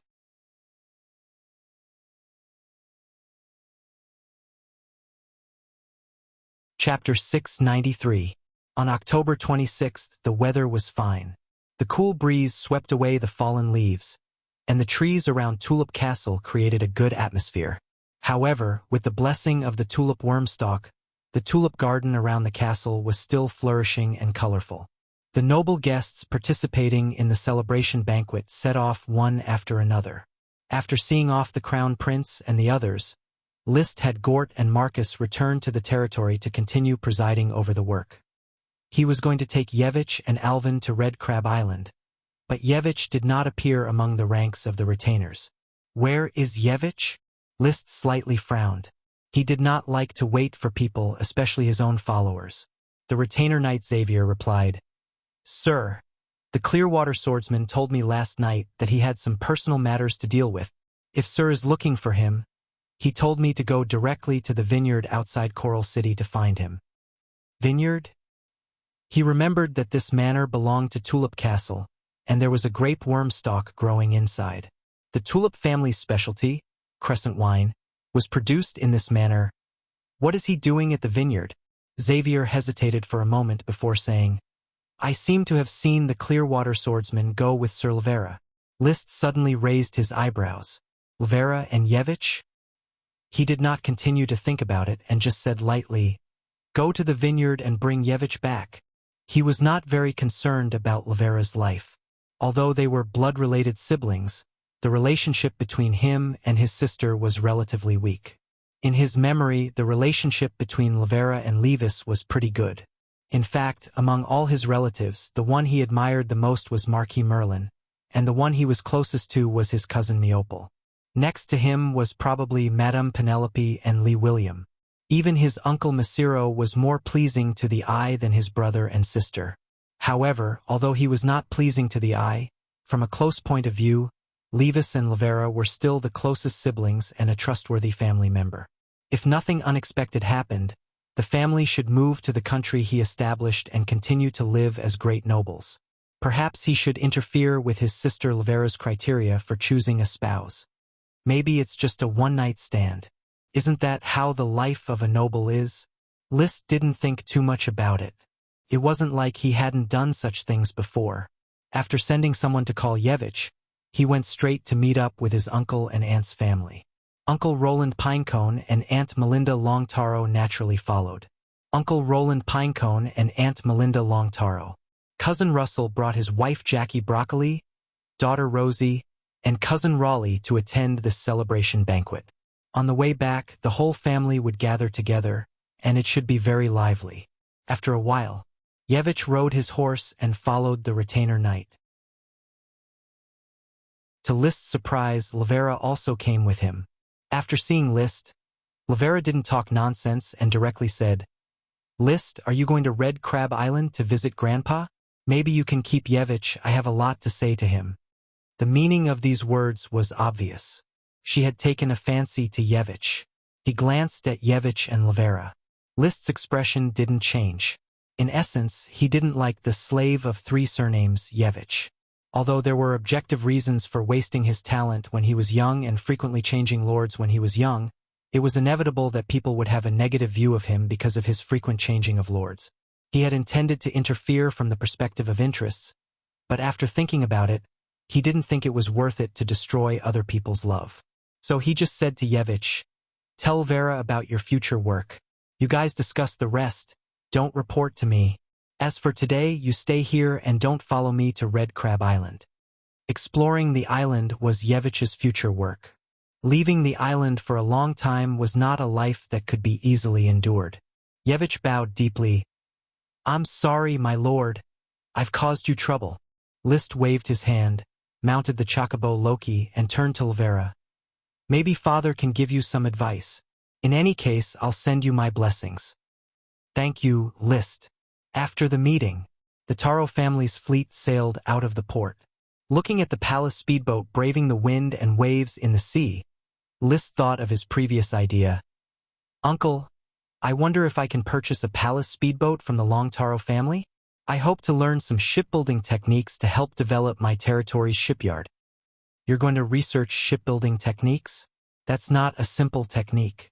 The Taro family has sent people to research the palace speedboat for many years, but they still haven't figured out how to build it." Messiro said, "I'm not copying techniques. I'm just learning from them. My shipyard has its own technical direction." List said proudly. First of all, the powerful effect of rubber glue could replace mortise and tenon construction, reducing a lot of technical barriers. Second, the rapid growth of fast-growing iron thorns could provide a constant supply of raw materials for shipbuilding. Apart from a small number of main keel bones that needed more than 100 years of rockwood and stone wood, the rest could be replaced by thorny ironwood. Third, he had the complete keel fixing technique. He only lacked dragon bones, although dragon bones were more expensive. He could buy them if he wanted to. Finally, he had shipbuilding techniques from earth, collision technology, longitudinal sail technology. Once these techniques were combined, he could learn from the palace speedboat technology, coupled with the water and wind pearls, and create a top-class sailboat that could dominate the sea. When that time came, the prelude to the age of navigation would slowly begin. It was not impossible to cross the Devil's Sea.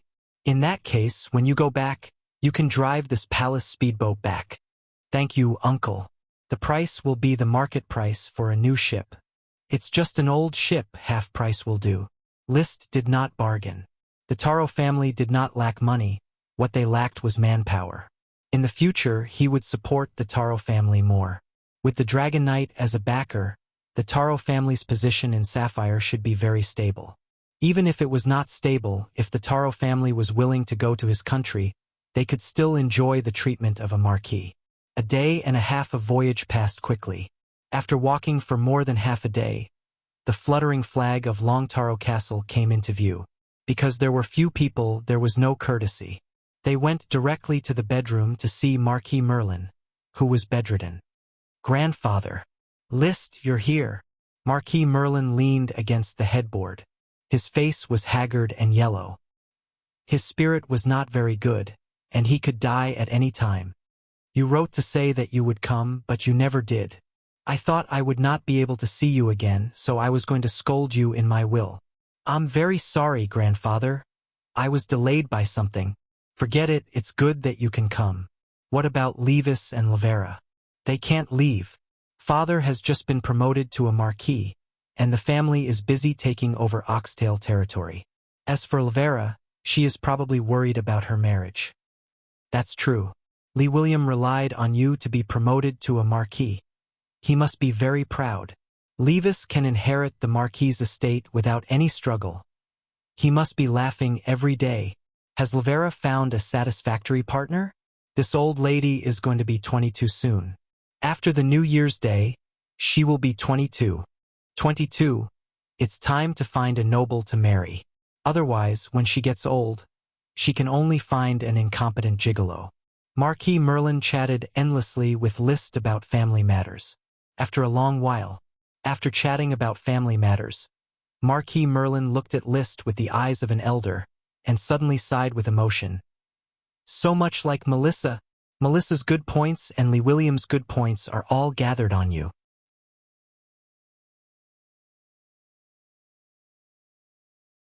Chapter 694. This chapter is starting from today, and will be updated with a reward of 20,000 coins. When I was young, I fought everywhere and was injured countless times. Yet I didn't know how to take care of myself. Only when I was old did I realize how important the body is. Compared to those old Marquis clans, we, the new Marquis clans, still have a long way to go.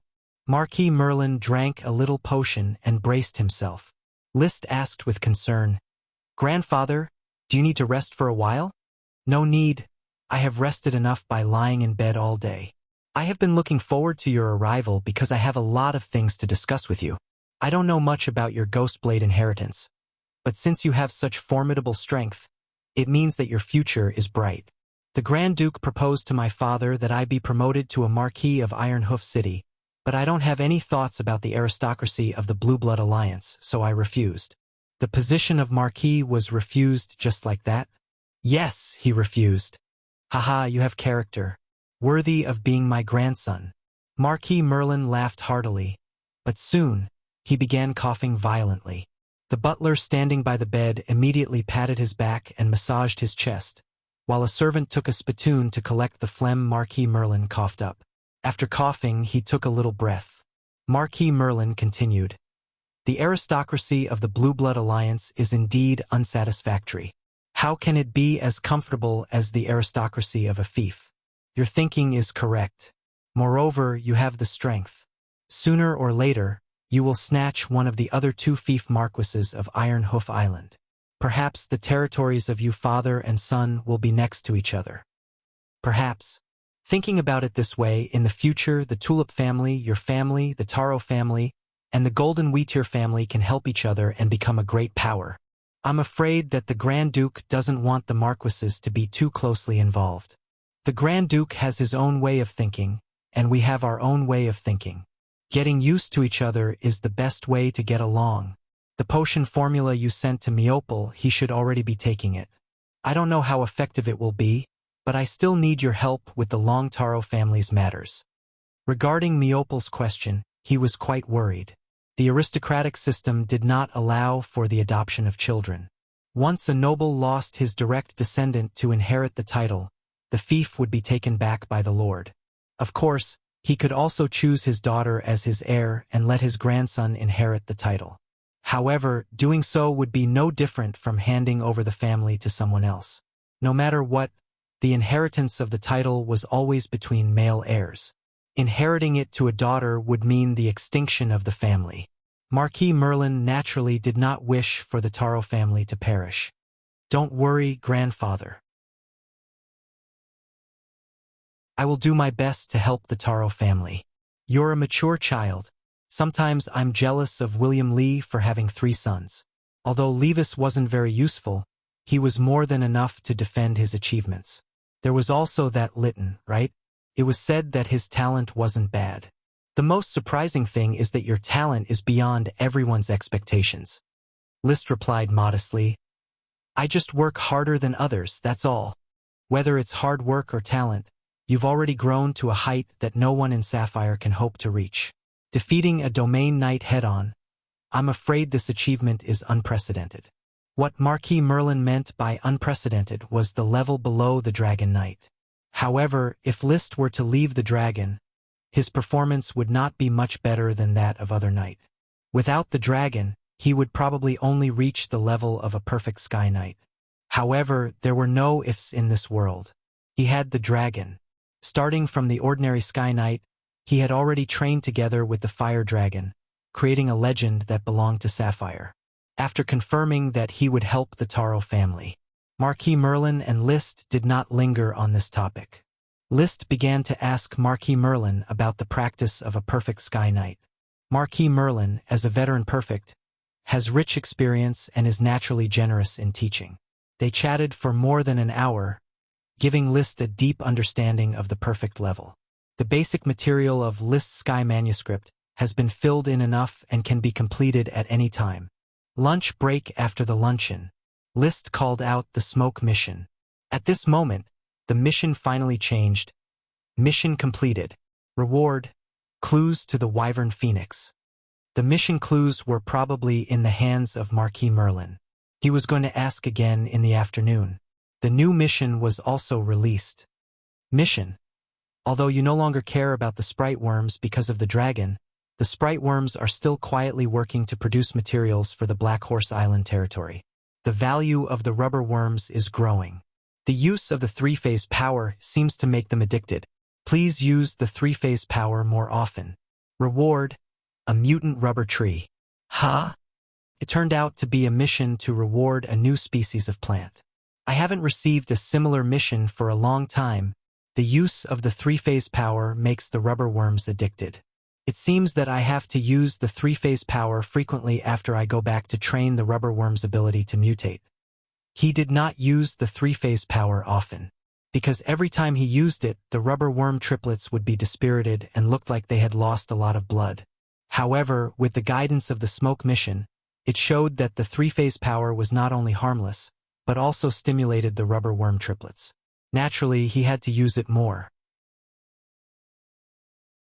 But then again, since I transferred my energy to the dragon riders, the elves in the territory have indeed fallen into a state of stagnation. Does this mean that the power of fate represented by the smoke mission is actually limited?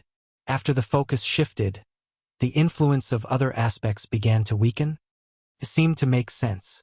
Liszt felt that it was necessary for him to learn how to control his subconscious to guide the smoke mission to release some more practical missions, such as dragon riding. Elves were important, but they were not as valuable as dragons. With dragons, he could rob a lot of elves. Give me a fairy dragon.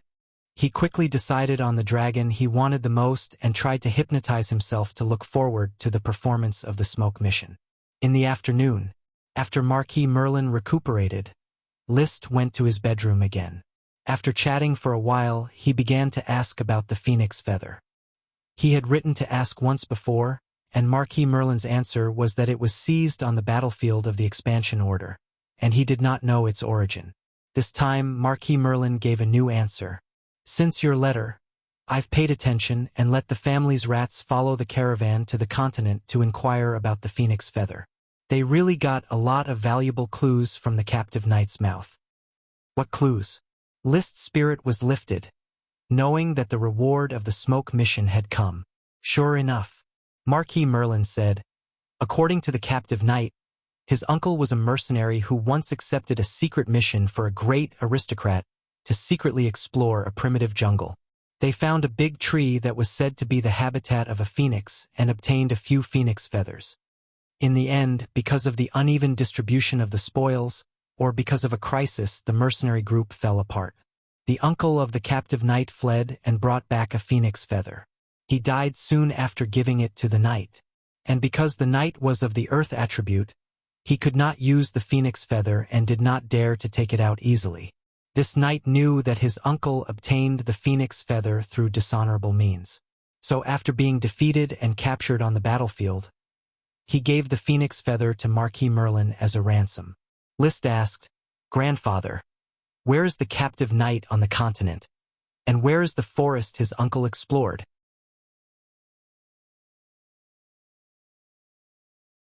Chapter 695. Remembering the name and identity of the captured knight, Liszt successfully received the reward of the smoke mission and was ready to explore the Fire Mountain in the future. He wanted to find the possible existence of the lesser dragon phoenix. Whether it was slaughtered for meat or tamed as a mount, it was of great value. As for the phoenix being in the Eagle Kingdom, this was not a problem. As a dragon knight and a helper of a magic shooter, Liszt felt that the world was big and he could go anywhere. After all, the Dragon Knight did not walk the streets. Once he finished hunting the phoenix, he would immediately leave. 100 Dragon Knight would not be able to catch up. List rested in the Longtaro Castle for the night. List said goodbye. Grandpa, the affairs of the territory are busy. I don't have much time to accompany you. During the New Year's Day, I will sail the sunset after the renovation. The decoration is very luxurious and will not cause any waves in the storm. When the time comes, I will take you to Black Horse Island for the New Year's Day and live in my Thorn Castle. Well, I will live until the New Year's Day. Your body will definitely recover. No need to comfort me. I am more open-minded than you young people. You have a lot of things to do, go back quickly. Marquis Merlin was old, but he still had a forthright spirit.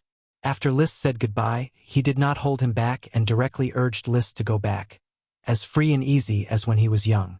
After saying goodbye to his uncle's family and making an appointment with Meopel to go hunting in Oxtail Ridge, List boarded the palace speedboat named Cancer and headed for Coral Island. The Cancer was sold to List for 3,000 gold coins for his research. The skilled sailors and captain on board were also sold directly to List. It had to be said that the Taro family was always very generous. 2 days later, in November, the weather gradually cooled. List returned to the Flower Town port and handed over the Cancer to the territorial officials to sail to the Newport dock for research. Then he took the rubber worm triplets and went to Black Horse Island to display the power of the 3 phases.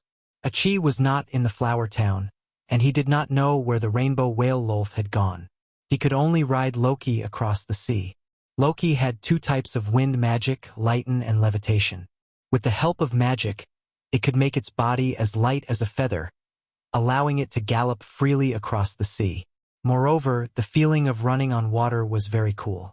The only downside was the high risk factor. If he fell into the water or encountered a sea monster, it would be very troublesome. However, the risks were all within a controllable range.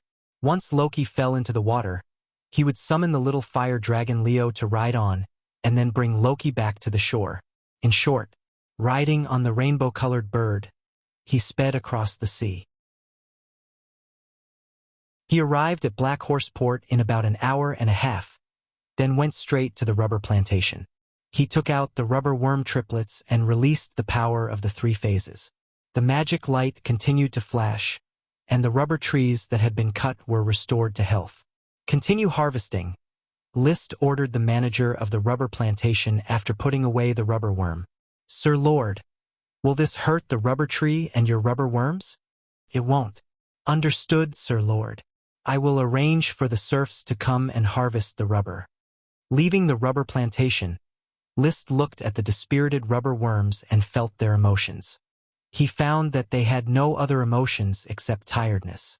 The smoke mission described them as addicted to releasing the power of the 3 phases, which List really did not notice.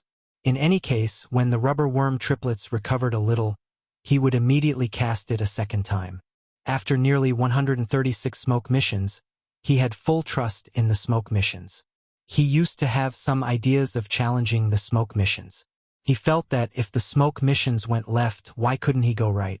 Now that he understood the principles of the smoke missions, he would benefit the most from following the guidance of the smoke missions. Among the countless changes of fate, the smoke missions probably gave the best solution and the clearest path in front of him. Soon, she would come to the Wizard Tower. There was no doubt that Achi was not in Flower Town. She was doing experiments in the Wizard Tower. This was indeed the case. Not only did she find Achi, but she also brought good news. Brother, after Achi and Mary's collaborative research, the magic of storing clothes has been cracked. Tell me about it. This is a kind of magic that targets the change between matter and magic power. It stores matter in the form of magic, and after being cast in reverse, the magic will be restored to matter. However, there are requirements for the composition of the material which must have magic power. It sounds interesting, so in addition to magic, can chi be released? List also had a strong interest in this way of changing clothes at any time. Achi smiled. Yes, the principles of operation are not difficult. With Brother's control of chi, it is easy to learn. At this time, Mary Dawn Daybreak interjected. My lord, Sir Achilles has not named the magic yet. Why don't you name it? Brother is very good at naming things. Achi nodded seriously. She agreed with this point. Liszt touched his chin and did not refuse. So what kind of magic does this kind of magic belong to? Mary replied, the applied magic belongs to chaos magic, similar to the druids' nature magic. In the classification of mages, the term neutral magic appeared in ancient records. Chris and other great mages hosted the discussion, and we named these magic as neutral magic. Neutral magic? Not bad. Liszt immediately showed his talent and said, although it involves the storage of items and belongs to a very high application of neutral magic, the original essence of the design of the magic is to facilitate the wearing of clothes, so it is better to call it magic armament, and the release of chi is called combat armament. Magic armament, combat armament. After the naming, whether it was Achi or Mary and the others, they all applauded. It was indeed a good and vivid name. Then, Achi began to explain the technical application of combat armament to Liszt, as well as the details involved in combat armament. Combat armament was not a simple combat technique, but a more systematic combat system, including the selection of equipment materials, the erosion of combat materials, the way to store materials, and so on. World of Warcraft materials are the most suitable materials for magic armament and combat armament. Clothes made with World of Warcraft, because they contain magic power, are easy to fuse with magic and combat, thus completing the combat armament. The process of fusing other materials is time-consuming, and it is easy to destroy the material structure. So my Ice Soul Dragon-slaying sword can't be stored with combat armament. Brother, the material of the Ice Soul Dragon-slaying sword is too special. Combat armament can't fuse it with combat energy without destroying the material. Then it can't be fused with gemstones either. It will destroy the stable structure of the gemstone. Achi carefully thought about Liszt's equipment. Brother's equipment that can be used with combat armament are mithril armor, red-black tricolor cloak with golden edges, and snakeskin inner armor. The material itself is simple or contains magic power. I understand. Then I will start with the snakeskin inner armor. After Liszt finished, he suddenly remembered something. By the way, Achi, I haven't made a few sets of clothes with World of Warcraft materials for you. Perfect, we can make a few sets together, so you don't have to worry about wet clothes when you go into the sea.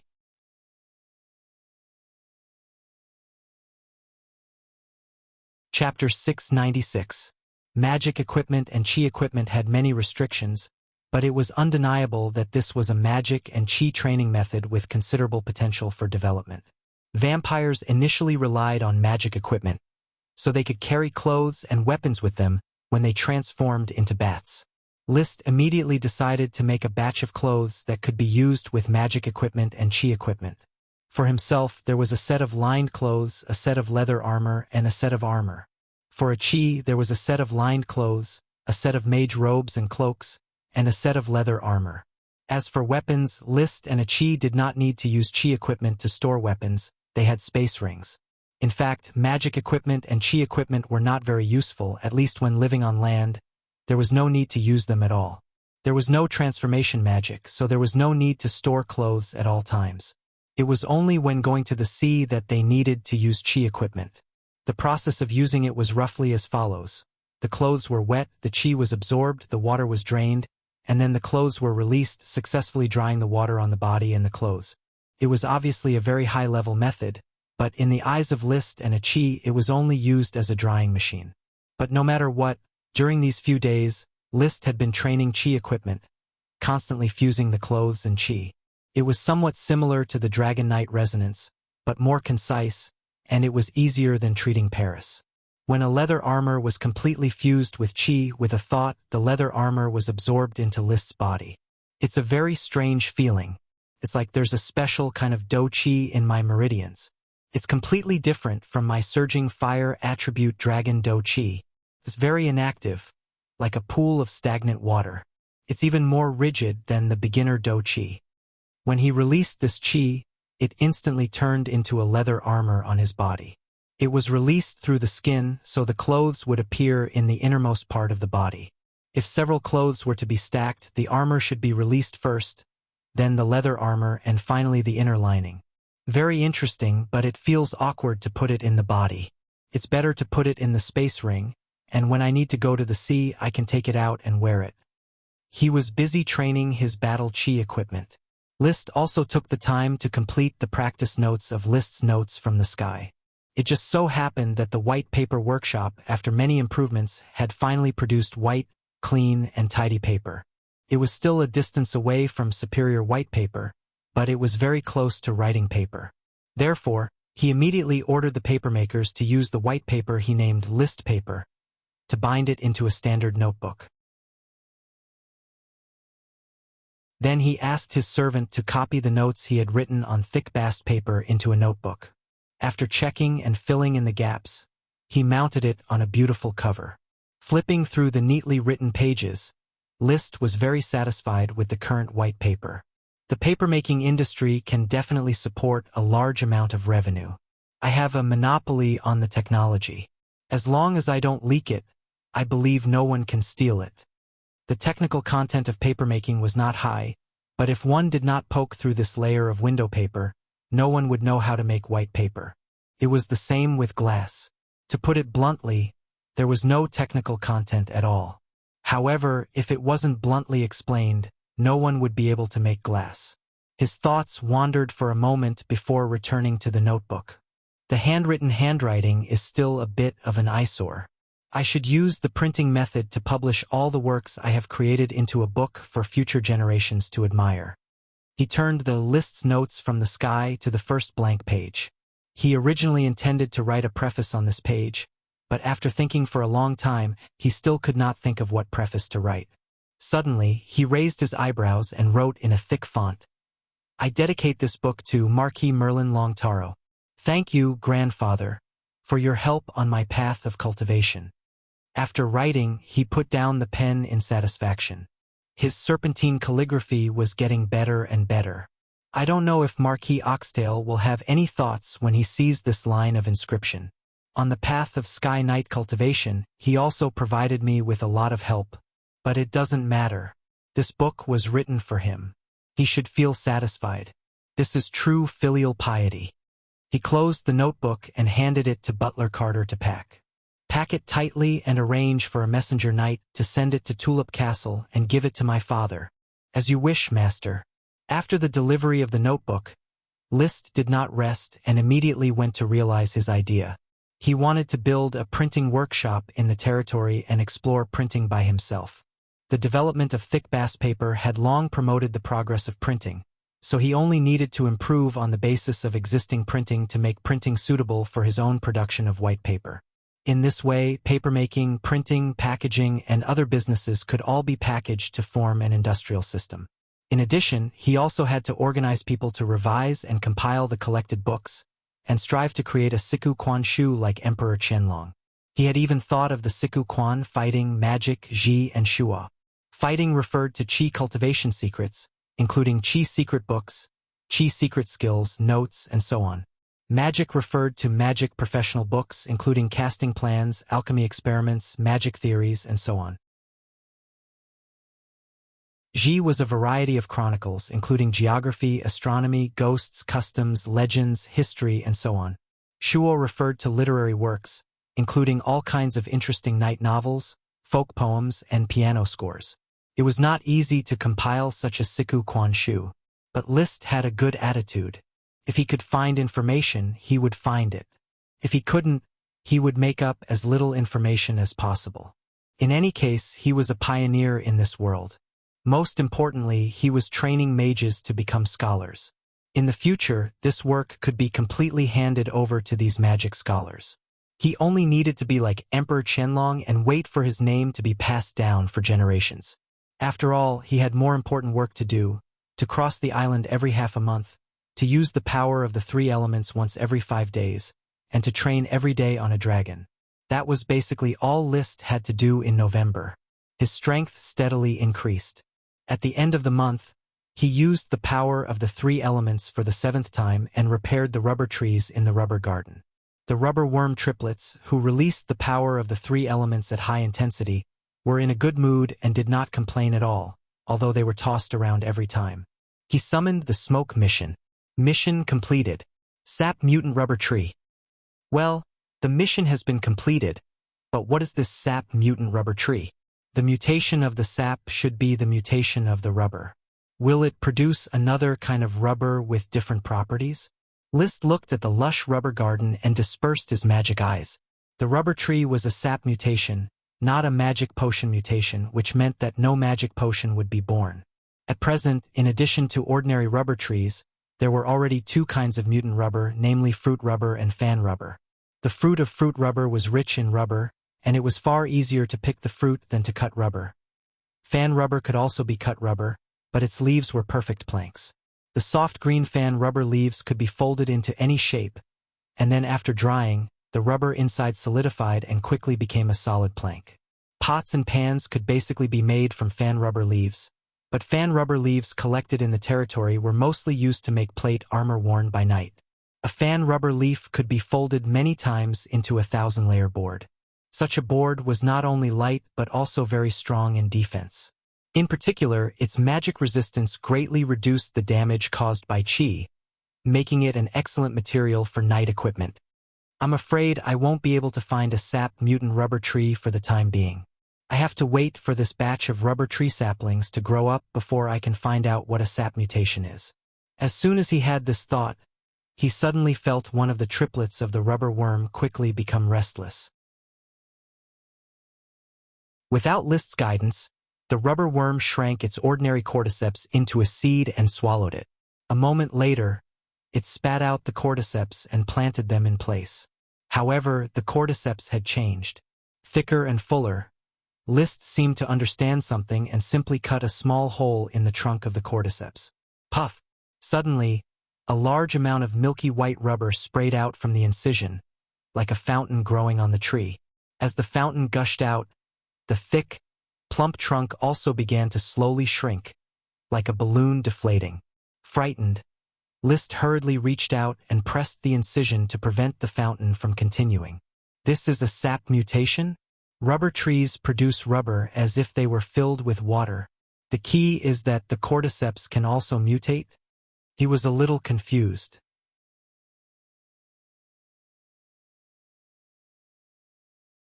Chapter 697. Although List had covered the cut of the rubber tree worm stalk, once he loosened his grip, the rubber would gush out again. If he wrapped the wound with a cloth, the gushing rubber would tear the cloth open and continue to gush out. He could only let the serfs bring buckets and start collecting the rubber. He washed his hands with water. The rubber did not get wet before it solidified and could be washed clean with a little water. When the rubber no longer gushed out from the cut, the serfs had collected 3 barrels of rubber, which were high-quality rubber produced by the worm stalk. The rubber worm stalk did not wither as expected. Its leaves were still green, but they were no longer thick and plump, and the cut was slowly healing. There was no sign of damage to the worm stalk from the restless rubber worm. Could this be how the sap of the rubber tree is collected? Poke a hole and you can directly harvest the rubber? Perhaps this is the case. What should we call this rubber tree? Sap, fountain. Let's call it spring rubber. List quickly named it. So far, there were 3 varieties of rubber, fan rubber, and spring rubber under the branches of the rubber tree. Every one of them was very miraculous. One could tell at a glance that the spring rubber was abundant, the fan rubber was a direct end product, and the nut rubber was easy to preserve and transport. Unfortunately, the rubber worm triplets were only sprite worms, so the range of rubber trees they could influence was limited. Otherwise, the rubber tree industry would definitely make huge profits from continuous cultivation. Now, they could only rely on fertilization to artificially plant rubber trees and expand the plantation area. List washed his hands and wiped them dry. List left the rubber plantation and went to the wizard tower to look for a chi. He told a chi about the rubber worm stalk's mutation. This should be a very meaningful discovery. A chi, if you have time, you can study it and try to crack the secret of the elves.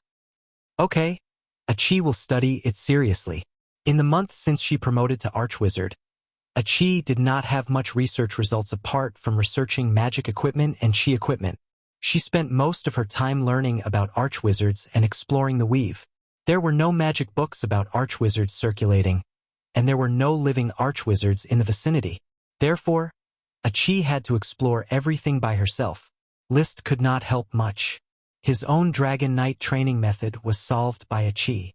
Leaving the rubber worm triplets for Achi to study, he left in a hurry to complete the next smoke mission. The territory is about to enter winter.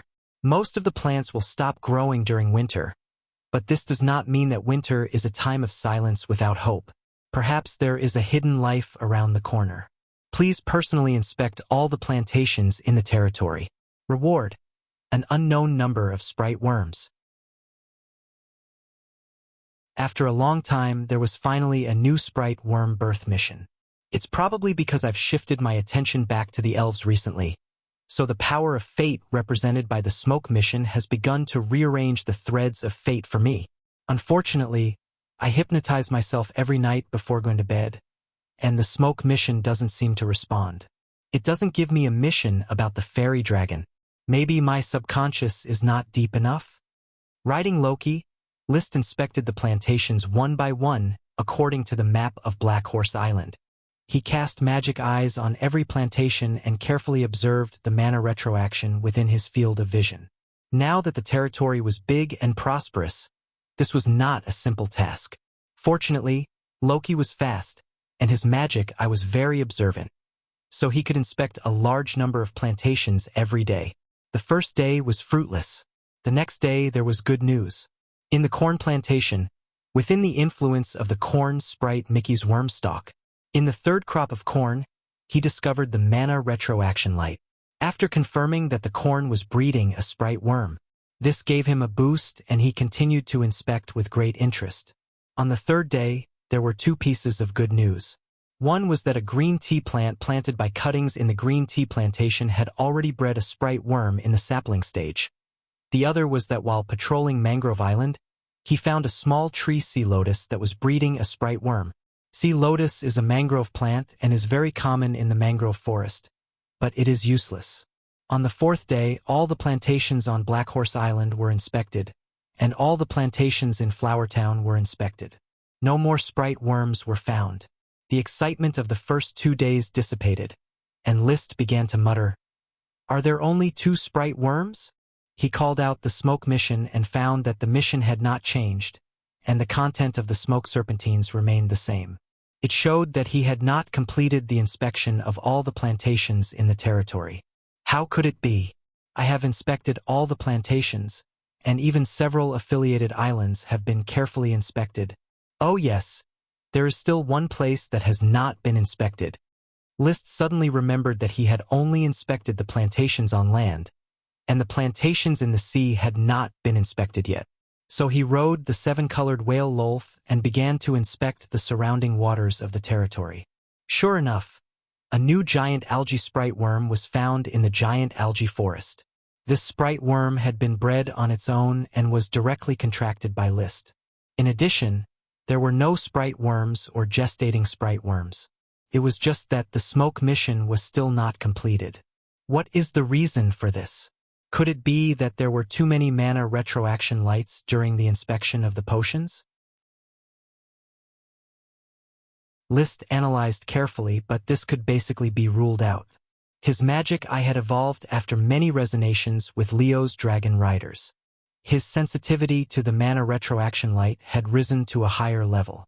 There was a fundamental difference between the mana retroaction light of the potions and the breeding sprite worm, and it would not be ignored by him. In any case, he spent 3 days carefully inspecting it again. But the smoke mission was still not completed. Impossible, it is impossible for the mission not to be completed, or I misunderstood. List carefully looked at the contents of the smoke mission. The mission was to have him personally inspect all the plantations of the territory. Yes, the focus of the mission is on the inspection, not on finding sprite worms. According to the consistent principles of the mission, as long as List completed the inspection of the territory, the smoke mission would directly inform him of the species of all the sprite worms. He did not have to look for them. So, I did not inspect everything? He racked his brains, but still could not understand where he had not inspected. The territory was only so big, and the inspection should have been completed long ago.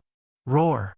At this moment, Leo, who was sleeping on his chest, woke up and informed List through the telepathic link that it was time to go to the crater of the Dodo Island to enjoy the fire attribute super magic, Dragon Will, condensed by the volcano.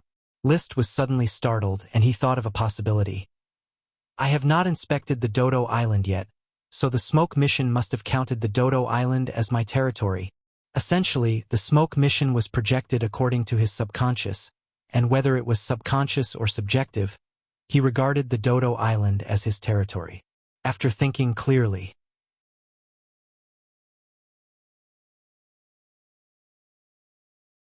Chapter 698. This chapter is Tang Shi Tian Yin, Wan Zhuan Jia. Mission completed. Reward: a hemp vine sprite worm, a human skull sprite worm, a giant algae sprite worm, a sea lotus sprite worm, a green tea sprite worm, and a corn sprite worm. After spending a day, Leo completed his cultivation. At the same time, List also finished patrolling the Dodo Island and found 2 sprite worms in the process of gestation. One was a hemp vine sprite worm and the other was a human skull sprite worm, both of which were not far from being born. He took out the packaged fertilizer from the space ring and carefully fertilized the 2 worm stalks. The mission was completed. Took 2 weeks. Although the time was a bit long, the harvest was quite fruitful, with a total of 6 sprite worms. In this season of late autumn and early winter, it was gratifying to be able to harvest 6 sprite worms. And the harvest was obviously not over yet. The new smoke mission was about sprites. Mission: a fallen leaf has given Ella countless inspirations. It is a different little sprite, struggling to break the shackles of fate. Although not perfect, it can always touch your heart. It is love and irritation that make it grow. Please let it understand that it is unique. Reward: a mutant variety of thorns. Free point question. List was very calm about this task. Through the spirit contract, he could easily make Ella feel this.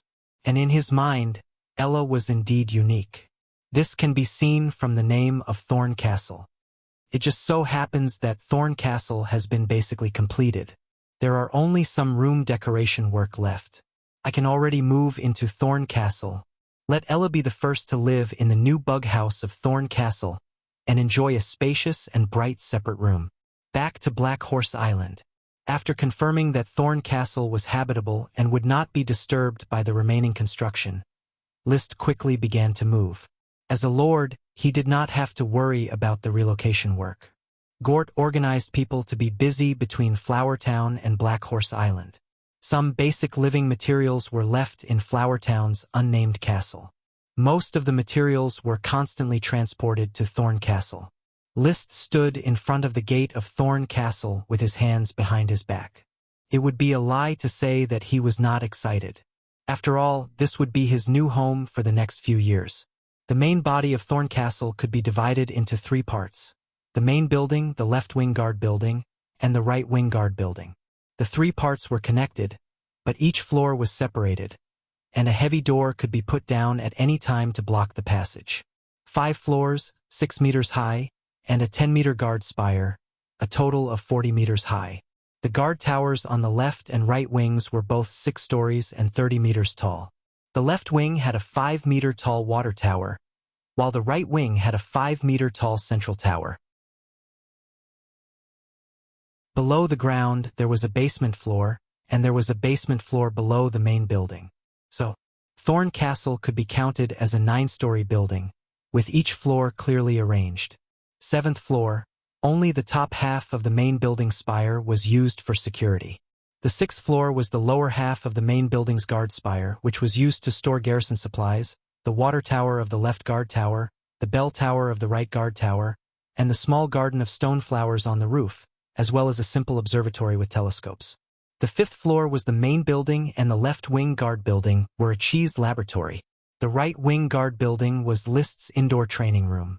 The 4th floor was List's and a cheese bedroom, bathroom, study, toilet, and other master living rooms. The left wing guard building and the right wing guard building were insect rooms. The 3rd floor was the main building, and the left wing guard building were guest rooms, bathroom, toilet, and other guest living rooms. The 2nd floor was the main building and the living room. The left wing guard building was the recreation room. The right wing guard building was the conference room, duty room, and other administrative rooms. The first floor was the main building and the living room. The left wing guard building was the kitchen, boiler room, and other servants' workshops. The right wing guard building was the servants' living room. The basement floor was the main building, the left wing guard building, and the right wing guard building were storage rooms. The basement floor was only the main building's underwater insect room, Rose's swimming pool, and the underwater passage, which was directly connected to the sea canal in front of Thorn Castle. Ella stood on List's shoulder and looked curiously at the tall white castle in front of her. She uttered a meaningless cry. Wow! Ella, this castle is your and my new home. It is called Thorn Castle. List turned his head to Ella and said, From today on, you and I will live here, understand? Wow!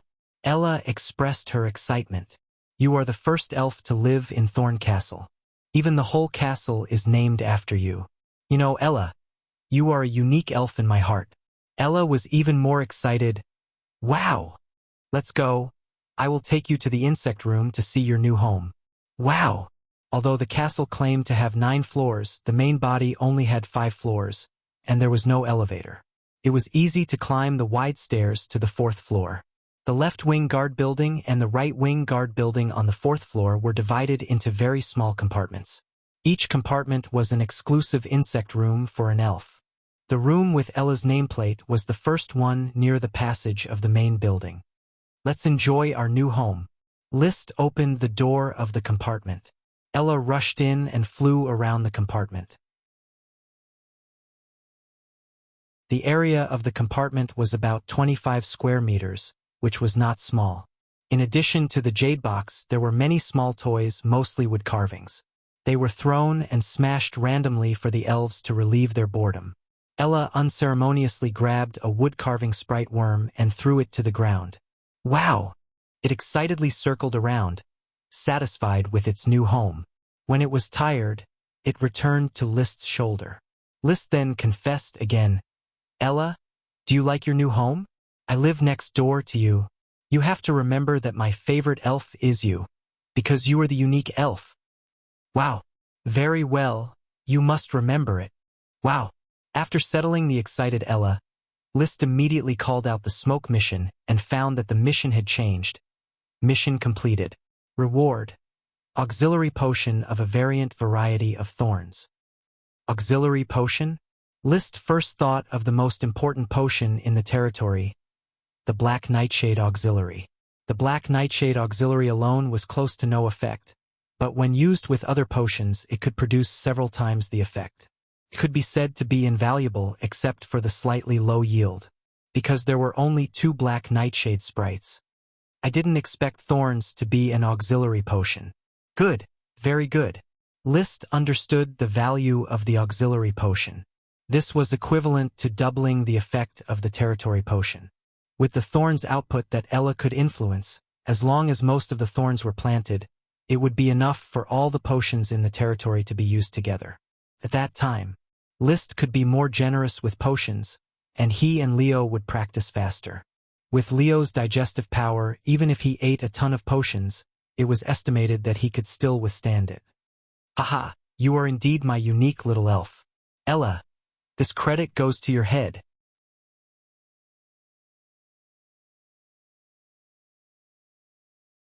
Chapter 699. According to the practice of Black Nightshade and Black Nightshade, the mutated thorns were called auxiliary thorns, and the magic potion made from it was called auxiliary thorns. List quickly decided that more than 90% of the areas under the influence of the thorns worm's wormstalk would be planted with auxiliary thorns. The remaining 10% would be planted with fast-growing magic thorns and fast-growing fire thorns. Using auxiliary thorns to complement the giant seaweed magic potion would be the main potion in the territory in the future. Currently, there were 8 types of magic potion plants in the territory. Black tulip, fast-growing magic thorns, auxiliary black nightshade, giant seaweed, fast-growing fire thorns, 100 parts erect, coptis, and auxiliary thorns.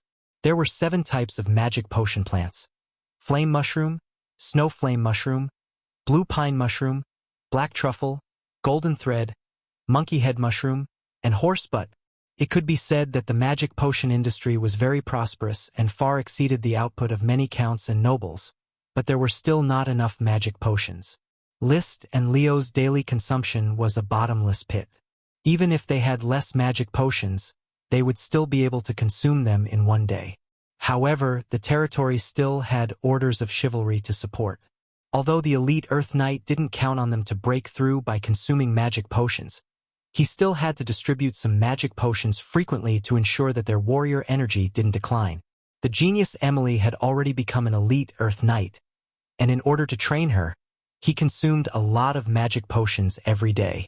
As a sword saint, Yevich Waterpeanut didn't have any private property to support himself, so he needed to provide magic potions frequently to ensure that his warrior energy didn't decline. Being a feudal lord didn't mean that he could enjoy all the power. He also had the obligation to pay for it. The knights who followed him were equivalent to the henchmen of the active social organization. If the henchmen were obedient, the boss would definitely give them benefits. Otherwise, how could the henchmen be loyal to him? Of course, Liszt hadn't encountered such a situation where his henchmen were clamoring. Liszt's 2 expansion orders and 1 encirclement campaign on Ironhoof Island had been very fruitful, and his knight subordinates had benefited greatly from it. Now, most of the unowned Knight Sapphire wanted to follow Liszt, including the second sons of the big nobles, because following Liszt meant gold coins and a noble title. With his strength, he would at least need to become a marquis in the future to match his status. One could imagine how much military service he would have to earn in the process of becoming a marquis. In short, the birth of the auxiliary thorns was a good thing, but the demand for the magic potion was endless. The territory still needed to develop and accumulate resources in order to support Liszt's plan to raise dragons to build a kingdom. Speaking of which, he was not really raising dragons yet. The fire dragon was an elemental dragon, and it could grow by relying on volcanoes. If it was a sacred dragon like the invisible dragon, he didn't know how to raise it, but he certainly couldn't find a volcano to casually throw it away and let it grow. I can only say that raising a fire dragon is a good thing for me now. The volcano on Dodo Island can solve most of Leo's needs for me. To raise a gemstone dragon or a metal dragon, I'm afraid that in addition to providing flesh and blood, you also need to provide a lot of other resources. The invisible dragon can also be regarded as a gemstone dragon. His thoughts were a little jumpy. Somehow, he jumped from the auxiliary thorns to raising dragons. Liszt pulled back his thoughts in time and returned to the new content of the smoke mission. The arrival of winter snow means that everything in the territory will enter a dormant state for 2 months, and production and life will be greatly affected. However, all these effects are not as great as the impact of the lurking crisis. Perhaps you need to be prepared to deal with it and make up your mind to choose a side. Reward. Unknown reward. Lurking crisis. Choose a side. Unknown reward. Liszt's eyes narrowed thoughtfully. Not counting the reward of this mission, he had already received 5 unknown rewards, all after the New Year's festival and after the war. The unknown reward of the first New Year's festival was the spirit of the sea siren He. The unknown reward of the Battle of Ironhoof Island was the recovery of dragon bones. The unknown reward of the first expansion order was the rebirth of Chi promotion to Sky Knight. The unknown reward of the second New Year's festival was the little fire dragon in the form of a fire seed. The unknown reward of the second expansion order was 3 enigmatic dragon fruit. It could be seen that every unknown reward was very generous. However, this time it was not the New Year's festival nor was it a war. It was just an ordinary daily mission, but the reward was unknown. This really made Liszt puzzled. Maybe it's because the content of the mission is more terrifying? The content of the mission was not clear, but the lurking crisis and the choice of position all indicated that this would be a major conflict. What does it mean? He instinctively felt that it might be about the Grand Duke because the content involved positions. Could it be that the Grand Duke knows that I have a dragon, so he is forcing me to choose whether to take the initiative to hand over the dragon or wait for him to take it? But what exactly does the lurking crisis represent? Is it the remnants of the goat assembly? In Sapphire, apart from the Grand Duke who was likely to become the Lord of the Dragon Domain, Only the few great magicians of the goat assembly could threaten him. After all, the other party had seriously injured an adult sapphire dragon and had the strength to slay a dragon. It was a threat. But if I analyze it carefully, whether it is the Grand Duke or the goat assembly, can they resist the strength of a Qi and me? It was not that he was arrogant, but it was the truth. The Dragon Knight and the magic shooter joined forces. Not to mention this island, even if they galloped to the mainland, there would not be much threat. No country would be stupid enough to attack the Dragon Knight and the magic shooter. It would be a lose-lose situation. After denying that the Grand Duke and the Goat Assembly were a lurking threat, he immediately thought that the threat might not originate from within the country. It may also originate from abroad. The Eagle Kingdom is most likely. Maybe the threat referred to by the Smoke Mission is the Battle of the Dragon Slayer. But what about the choice of position? He did not think that this choice of position allowed him to choose to surrender or fight in the Battle of the Dragon Slayer. Forget it, a Qi and I have to be careful. If there is any sign of trouble, we will immediately jump into the sea to escape. We will then plan the second step. The identity of the Dragon Knight and the magic shooter gave him strong confidence. The ability to survive in the sea was an excellent escape skill. So, no matter how alarmist the Smoke Mission sounded, he was not afraid. He got rid of the shadow of the Smoke Mission. He continued to invest in the construction of the territory. The birth of the Thorn Potion made him suddenly more concerned about the potion, and he thought of another opportunity to strengthen the potion. I have previously mastered 2 kinds of abandoned cordyceps, the flame mushroom and the snowflame mushroom. Although they come from the same source, there are some differences in nature. I don't know if the restrictions of the weave will be shared. Winter was coming, and the snow flame mushroom could already be planted. He needed to measure the effect of planting the snow flame mushroom and whether it would affect the flame mushroom and cause the quality of the 2 abandoned cordyceps to decline. If the restrictions of the weave would not be shared, then the snow flame mushroom could be used to continue trading for new abandoned cordyceps. He only needed to talk about this kind of work, and then he could pass it on to Crazy Truth for research. He worshipped so many mages and great mages, not only to let them refine potions, make a few calming water, calming wind, and calming temperature beads, or make a few ordinary magic equipment. Anything that involved magic could be handed over to Chris to arrange. Lord Viscount, please rest assured that I will send someone to follow up the planting of the snow flame mushroom and strictly control the quality of the flame mushroom. Well, I am very relieved that you are doing things. Liszt said faintly.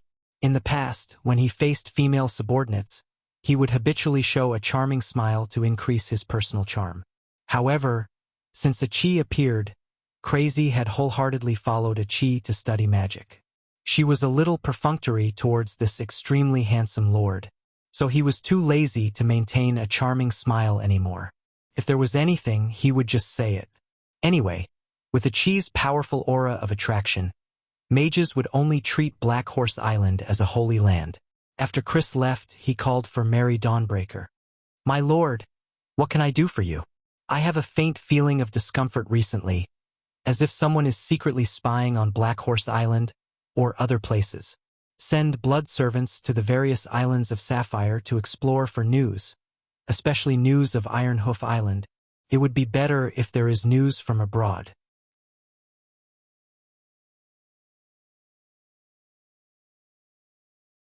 Chapter 700.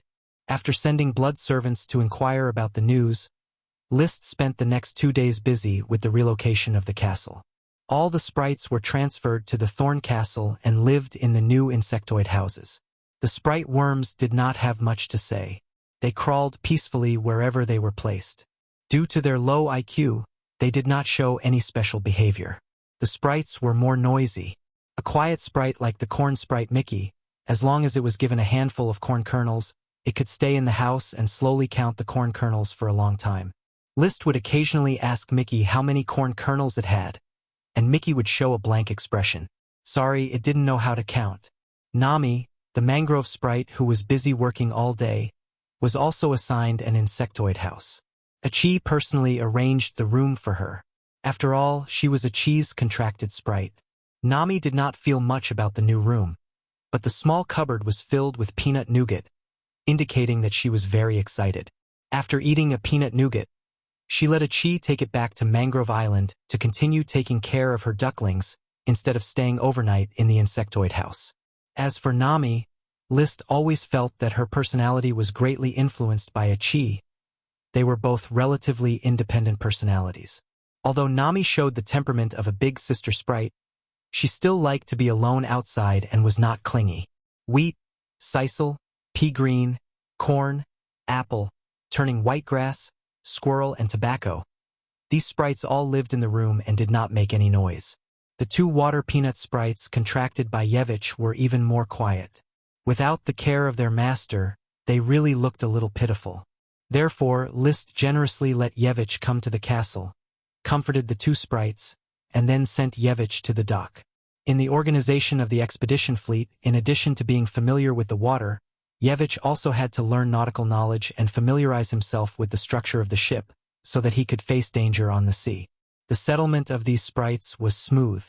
However, after the gold-thread sprites moved into the insectoid house, it inevitably caused a disturbance, mainly because Ella was very unhappy to see that the gold-thread sprites also had a beautiful insectoid house of their own.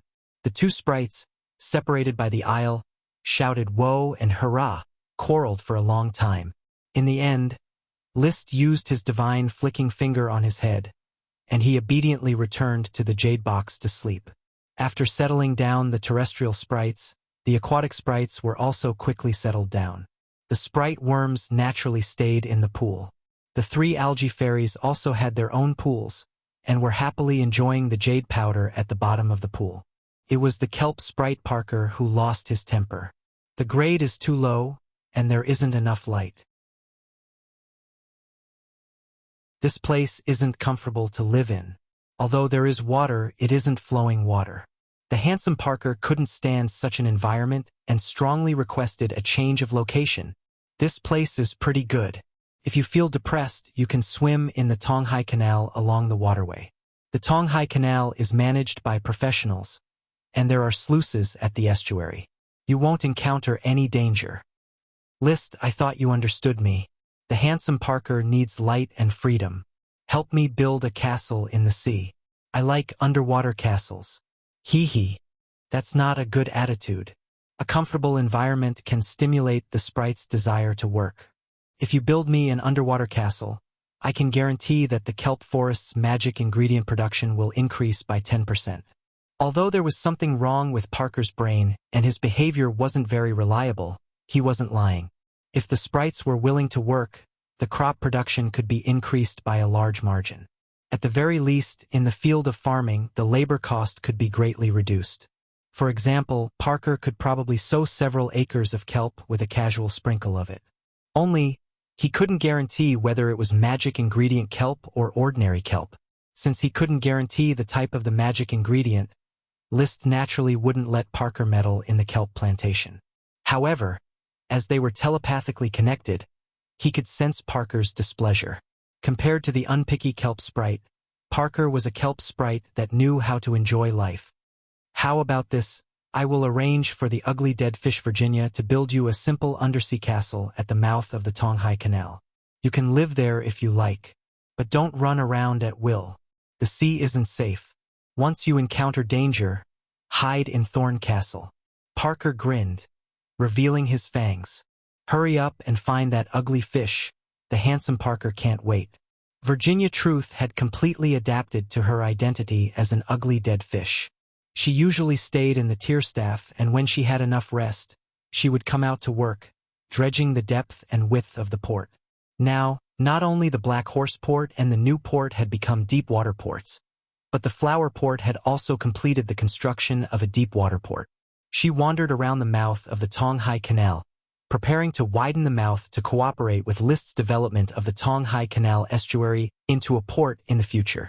After familiarizing herself with the power of the ugly dead fish, after a period of training, she could now stay outside for an hour.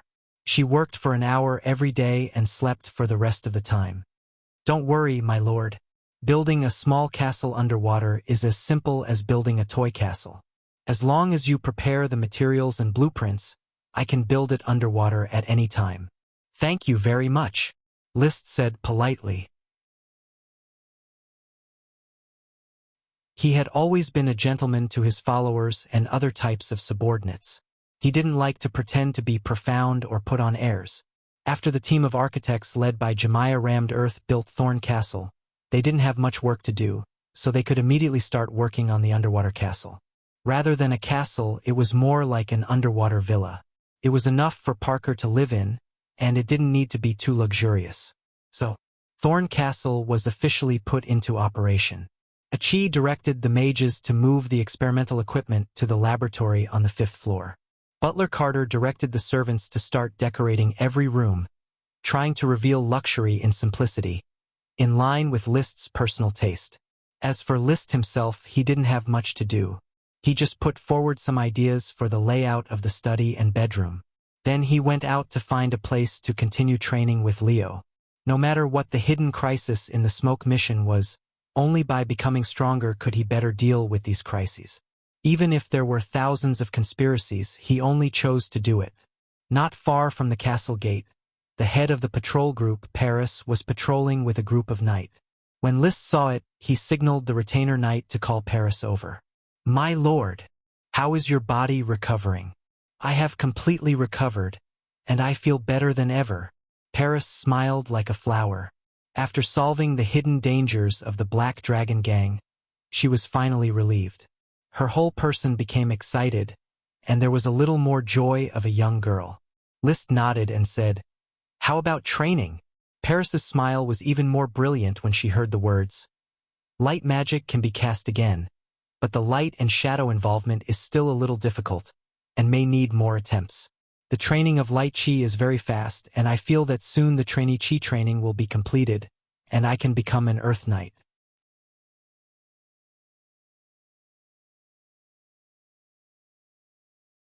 Chapter 701. This chapter is from today onwards. Paris's light swordsman training system was worth following up, but Paris's strength was greatly weakened for the time being. Her training path had just begun, and not much could be seen. She was already 21 years old. After the new year, she would be 22 years old. Her body was no longer as young as when she was 17 or 18 years old. Moreover, as a woman, she had to experience bloodshed every month. It was difficult to guarantee how high she could go on the path of light swordsman. It was more of a pioneering nature. Just after chatting with Paris, another group of mages came on the road in front of the castle, followed by several carriages. Chris led the team, and when she saw List, she quickly came to greet him. "Viscount, are you going out? I'm going to find a quiet place to train. Are you here to set up a magic array?" "Yes. A magic array could be set up outside the castle. Generally, a magic array used a magic barrier to protect the safety of the castle. The materials needed for this kind of magic array were very precious. Extracting the magic of the materials to condense a barrier was indeed good for defense, but it was not cost-effective. Most castles were not willing to set up a magic array. List encountered this kind of magic array when he was besieging Castle Ironhoof Island. Marquis Bull was obviously a local tycoon. List was not a local tycoon, and his life was actually tight. However, he was not going to set up a magic array similar to the one in Castle Juniper. This magic array was improved by a chi. Its purpose was not to protect the castle, but to protect the laboratory on the 5th floor. When a mage experimented with magic, it was inevitable that they would encounter chaotic magic, and if they were not careful, they would explode. Even as a magic shooter, a chi did not dare to be careless. After all, the insect room was downstairs. List would be distressed if the elves were hurt. Therefore, a magic array was needed to protect the laboratory. In fact, when the laboratory was built, the surrounding walls and floors were thickened. The magic of a great mage could not destroy the outer walls of the laboratory. A chi would not complete more powerful and dangerous magic in the laboratory of Thorn Castle. This magic array was more of a double protection. Achi and Chris were in charge of these things, so he did not have to worry about it. After saying goodbye, he left Thorn Castle and went to the wilderness of Black Horse Island. He summoned the little fire dragon Leo and began Dragon Rider resonance. Every time he entered the Dragon Rider mode and used Leo's eyes to observe the world, he would always feel an inconceivable miraculous feeling, as if he gained an additional layer of understanding towards the nature of things. All traces of magic power could not escape the vision of the magic eyes in this situation. He called the state Dragon Eye Track and included it in the List Dragon Knight Training Manual as the 7th training method. The path of the dragon's eye didn't focus on cultivation. Instead, it was used to discover the secrets of things and observe the world. It observed the elves' world of Warcraft, gems, magic, and everything else that could be observed. Even Achi had observed it. In the orbit of the dragon's eye, the stationary Achi was just a very condensed blue and white magical humanoid. But when Achi cast her magic, her body suddenly looked like a glowing ball of light.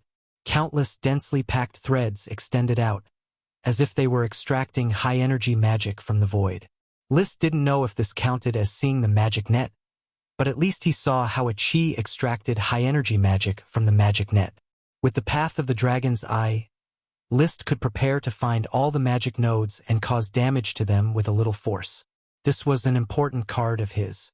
No matter how strong the other Dragon Knight was, without the magic eyes to perform the path of the dragon's eye, they would not be able to find such nodes and form weaknesses. Leo, full red sun. Holding the Ice Soul Dragon's slaying sword, List rode the little fire dragon Leo and suddenly performed a charged move. The fire-attributed dragon warrior suddenly blasted out like a red sun, exploding in the air in front of it, and the sky was full of burning flames. If there was a sky knight in front of him, the aftermath of the explosion would probably tear him apart. But List was not very satisfied. The Ice Soul Dragon slaying sword is indeed very powerful as a great elf soldier, but it is more suitable for a sword battle between two sky knights, not a battle on a dragon. List looked at the blue great sword in his hand and sighed slightly. I need a very, very long knight spear, at least 10 meters long, to unleash the strongest attack of the Dragon Knight. If I want to attack more flexibly, I can make it a little shorter, about 7 meters. The knight spear used to ride a dragon could be called a dragon spear. List needed a high-quality dragon spear, but he didn't have the technology to make it. Or rather, the entire Grand Duchy of Sapphire didn't have it. It was very difficult to make a dragon spear that was 7 or 10 meters long, and it couldn't be easily broken or shaken. List estimated that he would have to use indestructible magic metal like orichalcum to create a grip that could barely keep the spear stable. Otherwise, a dragon spear made of wood or ordinary metal would constantly shake during use, thus affecting its use. I wonder if the Dragon Knight cultivated by the kingdom has a dragon spear as a weapon. So I should snatch one back. For some reason, whenever he didn't have something, his first thought was to go out and snatch it. He had always been a peace-loving person. Without a dragon spear, an ordinary knight spear was useless, so he still used the Ice Soul Dragon slaying sword to practice. Only when it was getting dark did he return to Thorn Castle. Unexpectedly, Mary Dawn Daybreak, who had been sent out not long ago, had returned at some point and was now waiting in the castle. "Sir, there is important news to report to you. Speak." Our blood servants found traces of vampires on the coral. Vampires?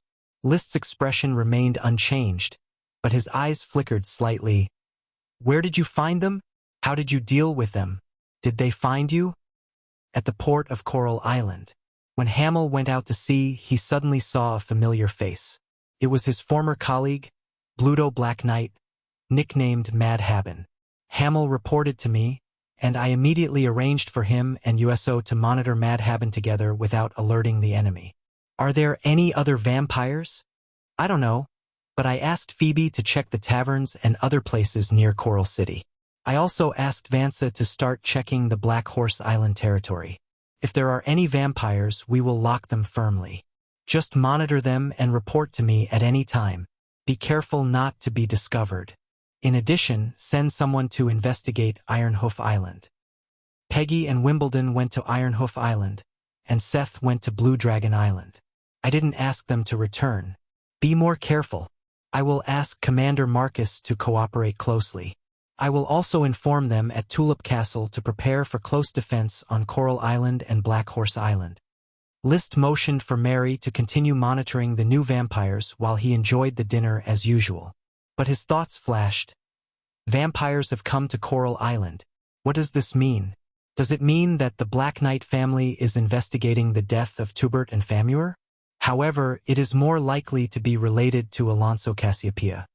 The smoke mission indicated that a crisis of great influence was lurking. If it was just a few vampires who dared not expose themselves, it would not be a crisis at all. Moreover, the mission involved the choice of position, so the direction of the spearhead was clear.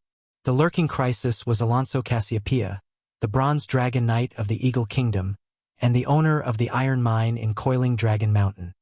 Alonso is definitely behind the Marquis of Bulls and the Gathering of Goats. Now I have robbed Alonso's iron mine and captured 2 of his Sky Knight followers.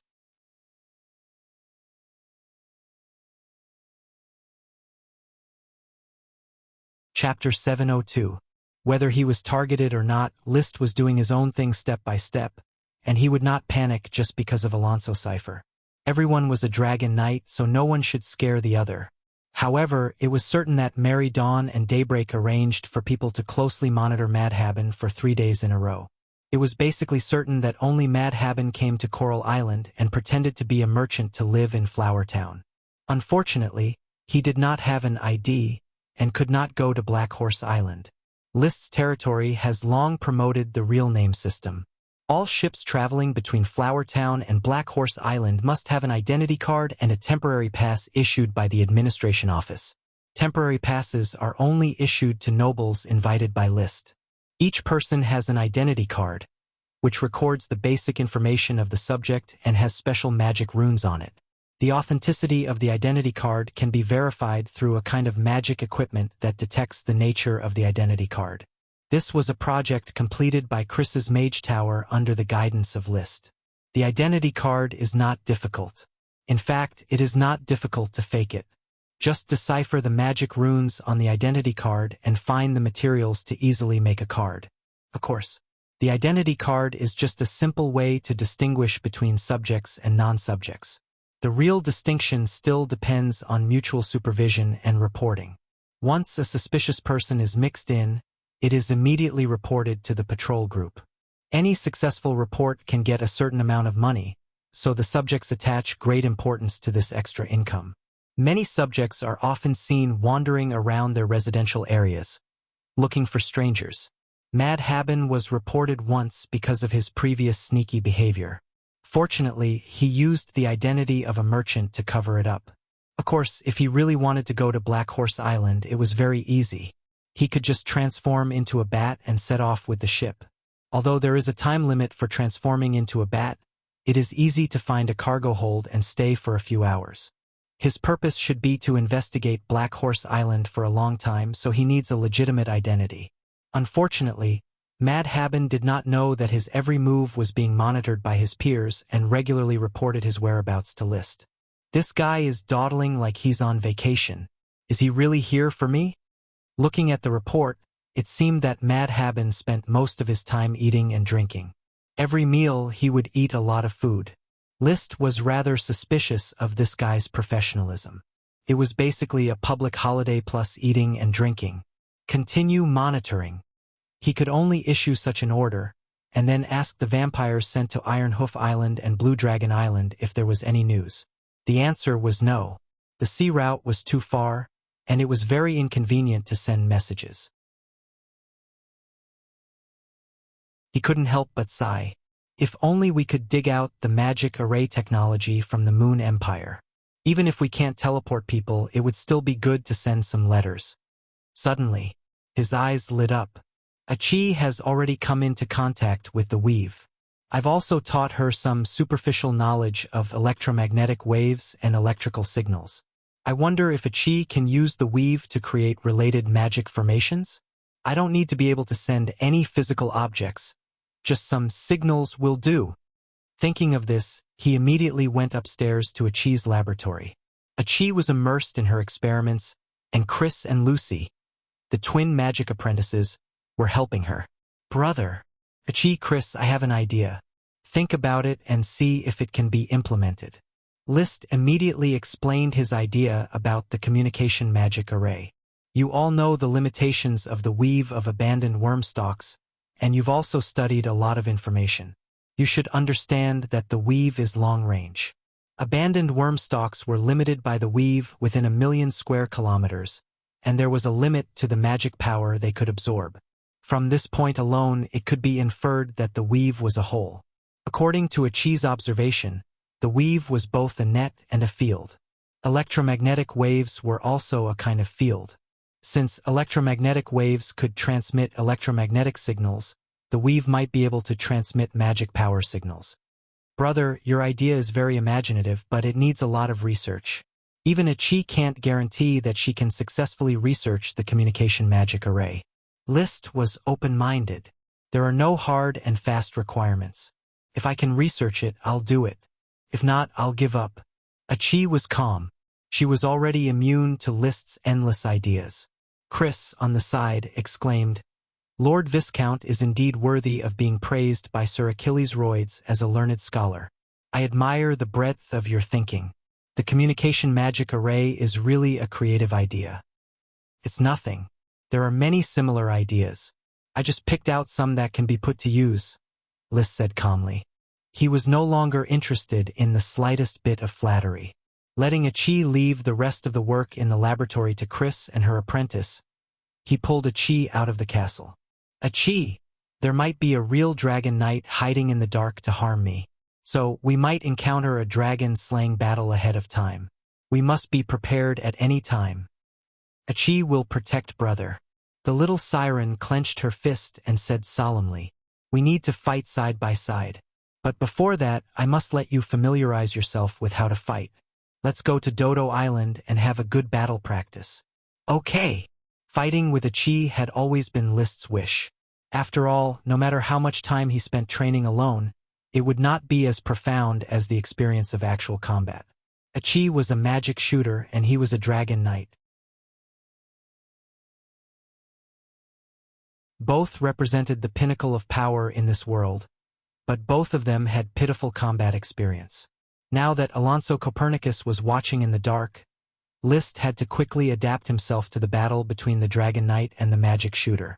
He also had to help Achi grow as soon as possible. The beach of Dodo Island. List rode Leo and slowly wandered in the air. There was a 100-meter-tall waterspout on the beach. Achi stood on a white scallop shell, preparing with rapt attention. Are you ready? List asked as he flew Leo past the waterspout. Achi nodded calmly. Ready. Come on, brother. Then, let's begin. As soon as List finished speaking, his mind and Leo's quickly merged. His mind and body were synchronized at lightning speed. After a moment, he had already entered Dragon Rider mode. Man and dragon became one, sharing all eyes, ears, mouth, nose, tongue, body, mind, and also the way the chi and magic operated in the body. The dragon's eye opened, and the world existed in a different way. He raised the Ice Soul Dragon slaying sword in his hand, and one man and one dragon quickly pounced towards Achi. The dragon's chi surged, and the first attack was a powerful move. Scorching Sun Stab. Achi was outlined by magic. Countless blue and white threads appeared around her as if they were glowing. They went straight to the void and continuously absorbed the magic of the weave. In a split second, a magic halo appeared around her body. It was a high-level water magic water wave shield. But when used by a magic shooter, its defensive power was several times stronger. The sea under the shell began to surge. Countless thick magic lines shot out in all directions like rocket launchers. Every shot was aimed at List and Leo. List was activating the dragon's eye. No magic trajectory could escape his eyes. Leo, who was under him, nimbly dodged the countless water cannons. But those water cannons were just a feint. When the water cannons brought up seawater around Leo, Achi stretched out her hand again to cast a spell. All the seawater instantly wrapped around Leo like a snake. It quickly formed a ring and began to tear Leo's body. This was the magic she learned from the undead clownfish water ring tier. Leo was not afraid at all. His dragon's chi turned from surging to boiling. Flames burned on the surface of his body.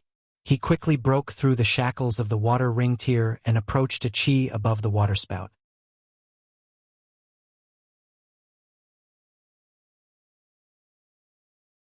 Chapter 703. Boom! List's attack hit where a chi was, but a chi took the opportunity to sink into the sea, disappearing from the dragon eye trace. The dragon chi slowly dissipated above the sea, and everything returned to normal. Only List was left riding the fire dragon, patrolling the sea. The dragon eye trace was indeed very observant, but it was not good enough to see through things. So when a chi sank into the sea, she successfully left his sight. What is a chi trying to do? She knows that my Dragon Rider mode has a time limit, so she wants to stall for time? That shouldn't be the case. The purpose of combat practice is to hone combat skills. How can she hone without fighting? Besides, I can cancel the Dragon Rider resonance in advance and return to normal. The Dragon Rider resonance was already very proficient. List and Leo could enter Dragon Rider mode at any time, and there was no time limit. But just as he was considering whether or not to cancel the Dragon Rider mode, the sea surged again. Countless huge blades formed by water rose from the sea, forming a net-like formation that slashed towards Leo. The momentum was unparalleled, and it was as violent as a storm. Advanced water spell Blade of Water. List rode on Leo, nimbly controlling the air, and shuttled through the huge blades of water, looking for a chi's figure. Being in the Dragon Rider mode, his reaction and judgment were greatly improved. The Dragon Eye Trace also had dynamic vision, and he could clearly see the movement of magic. Suddenly, amidst the huge, rising stream of water, a thick, solid water column rushed up at lightning speed. Advanced water magic, powerful water column. These advanced spells that belonged to great magicians were like the most basic water arrows in a chi's hands. She could casually throw them out, not caring about the magic consumption. And after coming into contact with the magic net, she had a deeper understanding of dynamic magic formations, and her control of magic rose to a higher level. The power and nature of all spells had a qualitative increase. If it was a sky knight, even a domain knight, facing such a powerful spell, they would not be able to break through. One set of spells would probably be enough to chase after the glory of the knight. But the target of the spell was the Dragon Knight. Very strong, but not enough to deal with me. List's heart did not waver at all. His eyes constantly scanned the surging sea and locked onto a chi's figure through the trajectory of the magic. A chi's movement speed is very fast, almost reaching the level of blink in the water. This is a bit tricky. If it was a human magic shooter, no matter how proficient he was in water magic, he would not be able to swim in the sea so freely. However, a chi's racial talent was to control water. The sea was her true home ground, and she was almost invincible. Moreover, a chi made good use of her talent by hiding in the sea and relying on magic to ambush List. Strictly speaking, a chi was not a greenhouse flower who only knew how to theorize. She had hunted many sea monsters in the sea. When he was very young, he was able to evade the pursuit of a mid-level sea monster like the six-headed sea serpent king. How could it be said that he had no combat experience? Unfortunately, it's still not enough. Observing the trajectory of the dragon's eyes carefully, List captured a chi's underwater trajectory in a short amount of time. He analyzed each other's positions and routes to find the best place to attack. Then, as one, Leo closed his wings and fell like a weightless rocket, passing through layers of water blades. When he was about to fall into the sea, Leo suddenly spread his wings and flapped them. Meanwhile, List raised the ice dragon slaying sword and sent a chi attack into the sea. The fire element dragon's chi could still burn underwater and accurately hit a chi who was quickly changing her position. When the dragon's chi and the water wave shield came into contact, a violent collision quickly broke out. The collision broke the water wave shield like breaking glass and blasted a chi into the depths of the sea. The moment the water wave shield was broken, a chi had already escaped with the force of the impact. While retreating, she did not forget to raise her hand and release a high-level water magic, water spiral fusion, one after another, blasting the surrounding seawater. Countless magic scattered everywhere, tearing everything in the surroundings into pieces, successfully blocking the Dragon Knight List, who was rushing over again. His vision was blocked by the broken waves, and he lost track of Chi. With a thought from List, Leo had already spread his wings and flew straight into the sky.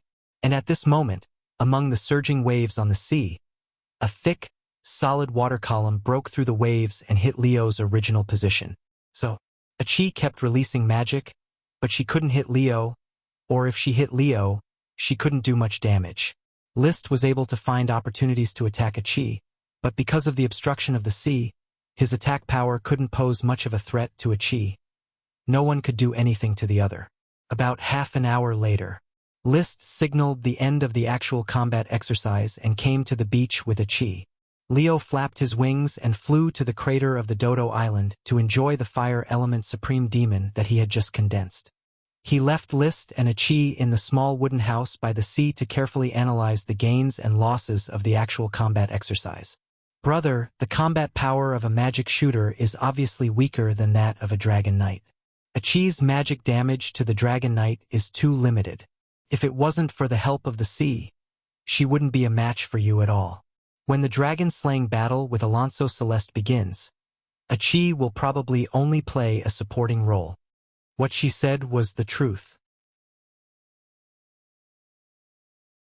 Through this actual combat exercise, List also clearly felt that the magic shooter's attack seemed violent and might hit a large area, but it didn't mean much to the strong physique of the Dragon Knight.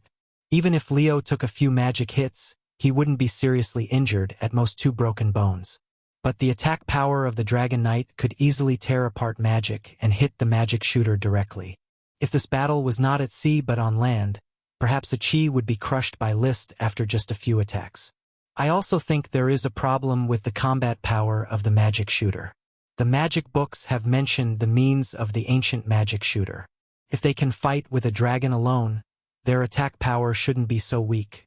It must be a broken inheritance.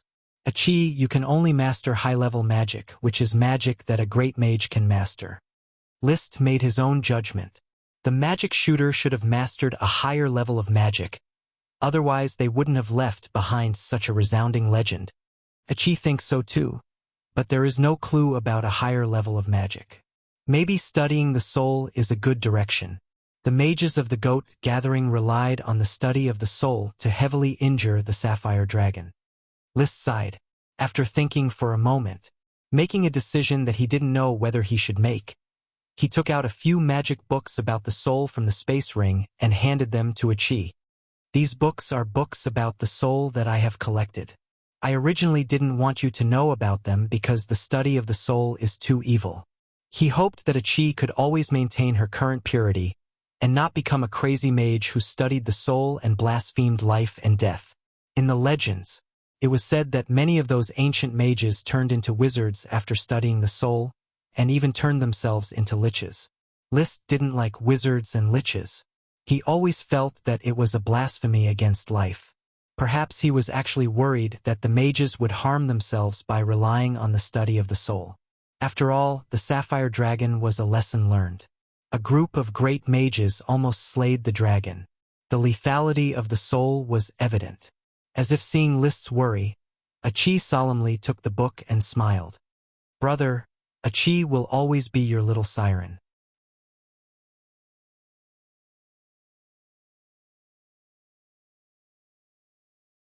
Chapter 704. The magic inheritance of magic shooters was incomplete. This was not a problem that could be solved in a day or two. Fortunately, Chi was very young. The old siren, Isis, was more than 400 years old and still lived well. She was only 43 years old. Obviously, she still had a long life ahead of her. However, the most important thing now was to improve their combat power in the dragon-slaying battle. After careful analysis, List said, although you can't improve your combat power in a short time without the inheritance of magic shooters, and you can't pose much of a threat to the Dragon Knight, it's a good choice to support. In the dragon-slaying battle, you'll be in charge of restraining it, and I'll fight the Dragon Knight head-on. Yes, Chi understands. Immediately, the two discussed some ways to attack together. If the main battlefield was on the sea, List and Achi fighting side by side would be very terrifying. Achi, who was invincible, could easily dodge the Dragon Knight's attacks and cast water magic at will. If the main battlefield was on land, Achi would need to protect herself and cast water magic to support List. It's best to set the battlefield on the sea. Only then can we maximize our combat power and ensure the result of the dragon-slaying battle. There should be some time. We have to practice more in the future and strive to reach a level of tacit understanding. Yes, List thought there was still time. The hidden danger was only a hidden danger after all. It was not in front of him yet. However, when he and Achi returned to the territory the next day, they immediately received a report from Merry Daybreak. "My lord, something big has happened." As she spoke, the pure-blood vampire had a worried expression on her face. "What is it?" "Peggy and Wimbledon have returned from Iron Shoe Island. They found the familiar aura of many vampires on the island, and those vampires also found their aura.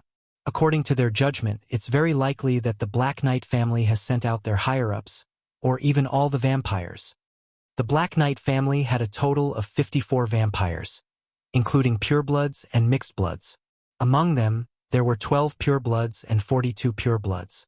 Now that the 2 purebloods, Tubert and Famer, were dead, and Mary and the other 6 half-breeds had sided with List, this meant that the Black Knight family still had 10 purebloods and 35 half-breeds. "Summon Peggy and Wimbledon," List said calmly. After a while, Peggy and Wimbledon arrived and told them what they saw on Ironhoof Island in detail. Not long after they arrived at Oxhorn City, they sensed the presence of pureblood vampires in the city. The heart of a pureblood can expand its influence on blood magic and detect the location of the hybrid vampire through the feedback of blood magic. However, this is a two-way effect. The hybrid can also sense the location of the pureblood vampire, Mary explained. "So when Peggy and Wimbledon sensed the pureblood, it sensed Peggy and Wimbledon?" "Yes, my lord." "How many purebloods have you sensed?" "We sensed the presence of 3 purebloods in total. 3 half-breeds acting together. This rarely happens in the Black Knight family. Moreover, we sensed 3 presences in Oxhorn City. It is conceivable that there should be purebloods in other cities on Oxhorn Island," Peggy replied. Wimbledon added, "It is also possible that the 3 purebloods wanted to leave Oxhorn City by ship and go to other islands. However, Peggy and I did not dare to stay in Oxhorn City after we were discovered. So we snuck into a large ship heading to the outer islands and hid inside. Only by stopping the blood flow in our bodies could we avoid being targeted by the purebloods." List nodded slightly and asked, "Do you think the Black Knight family is here for Tubert and Famer?" "My lord, it is very likely that the Black Knight family is here for us." List could not deny this. However, he felt that this was not the case. The Black Knight family should know his strength. After all, he was a powerful ancient warrior inheritance that defeated a domain knight. With the strength of the purebloods of the Black Knight family, it would be difficult to gain any advantage from List. After all, this was the Grand Duchy of Sapphire. He ordered, "Pay close attention to Coral Island and Black Horse Island, especially Mary. You have to turn on the influence of blood magic at any time. Once you find any new vampires, report to me immediately. Don't monitor the Mad Haben, just capture him." "As you wish, my lord." The capture of the Mad Haben went smoothly. The hybrid had no chance to escape under the net of Mary and other blood servants. His heart was not in his body. However, he could not resist Mary's interrogation and poured out all he knew. "I did intend to sneak into Black Horse Island to investigate Lord List, but I did not come with malice. Lady Mary, I did not know that you have followed Lord List. Believe me, this is a misunderstanding." Mad Haben felt the pure-blood aura of Mary and was surprised. "You did not come with malice. Did you come with kindness?" "To be precise, it was a kindness. I originally received the task of contacting several vampires in my family, your previous superior, Lord Tubert. Halfway through, I received an order from my superior, Lord Poseidon, to inspect Black Horse Island. He did not know that Tubert was dead before that. However, seeing that Mary had become a pureblood, he should have guessed it. Of the two pureblood vampires killed by List, only Famer and the Dark Knight family, who were stationed at the Trap Dragon Mountain iron mine, should know that they were killed by him. The Black Knight family had no idea whether Tubert, who had gone to Iron Hoof Island to investigate the goat gathering, was dead or alive. After all, List had captured all the purebloods and mixed bloods in one fell swoop, and no information had been leaked. Mary continued to interrogate. Lurking in Black Horse Island? Is this kindness? You may not know, but the family has never had the idea of avenging Famers, even his sister. I don't know the reason, but I heard that if possible, the Patriarch hopes to make friends with this Lord List. Make friends? Yes, you should have sent someone to monitor me so you can also see that I am not in a hurry to complete the task, and have been enjoying the food. Going to Black Horse Island is not a task for me, it's just a trip. What the Mad Haben said seemed to be true. Mary's eyes flashed with a trace of confusion, but it did not prevent her from continuing to interrogate. So what is the purpose of the Black Knight family? Well, I don't know. You know that we are just running errands for many tasks. The secrets are in the hands of the pureblood. So how many people from the family came? Fat Pig Peak and I followed Lord Poseidon here. We are the first batch. I don't know how many people from the family came later. At the end of the interrogation, Mad Haben was imprisoned. Mary hurriedly reported to List. After listening to the report, List frowned. The Patriarch of the Black Knight family wants to make friends with me? They know that I killed the pureblood Famers, but instead of revenge, they want to make friends with me? It sounded like a joke, which was not in line with common sense. My lord, Mad Haben should not be lying, but he also heard that the Patriarch of the Black Knight family wanted to make friends with you. He can't be sure if it's true or not. But why does the Patriarch of the Black Knight family want to make friends with me? If I remember correctly, the Patriarch is called Rommel Black Knight, a powerful vampire comparable to the Top Knight. List shook his head and said, but suddenly, a flash of inspiration.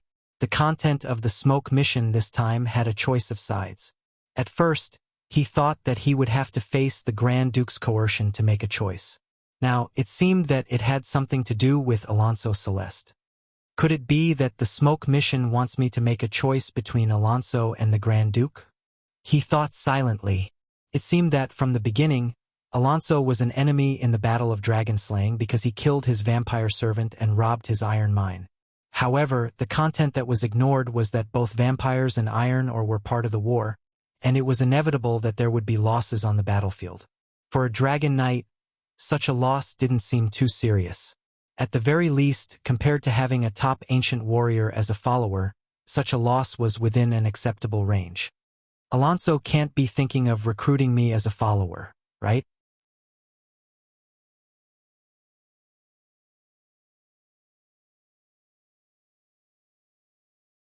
Chapter 705. List was puzzled. He didn't know what Alonso Cyclamen was thinking, and he wasn't sure what the hidden crisis meant. Even if Alonso intended to get his hands on Sapphire, what would he rely on to get his hands on Sapphire? The Grand Duchy of Sapphire that had dominated the sea for more than 150 years was not a small country that could be easily bullied. For the time being, no one could provide an answer. In Black Horse Island and Flower Town, only Achi knew of List's identity as a Dragon Knight. However, Achi didn't know much about politics and couldn't give List any advice.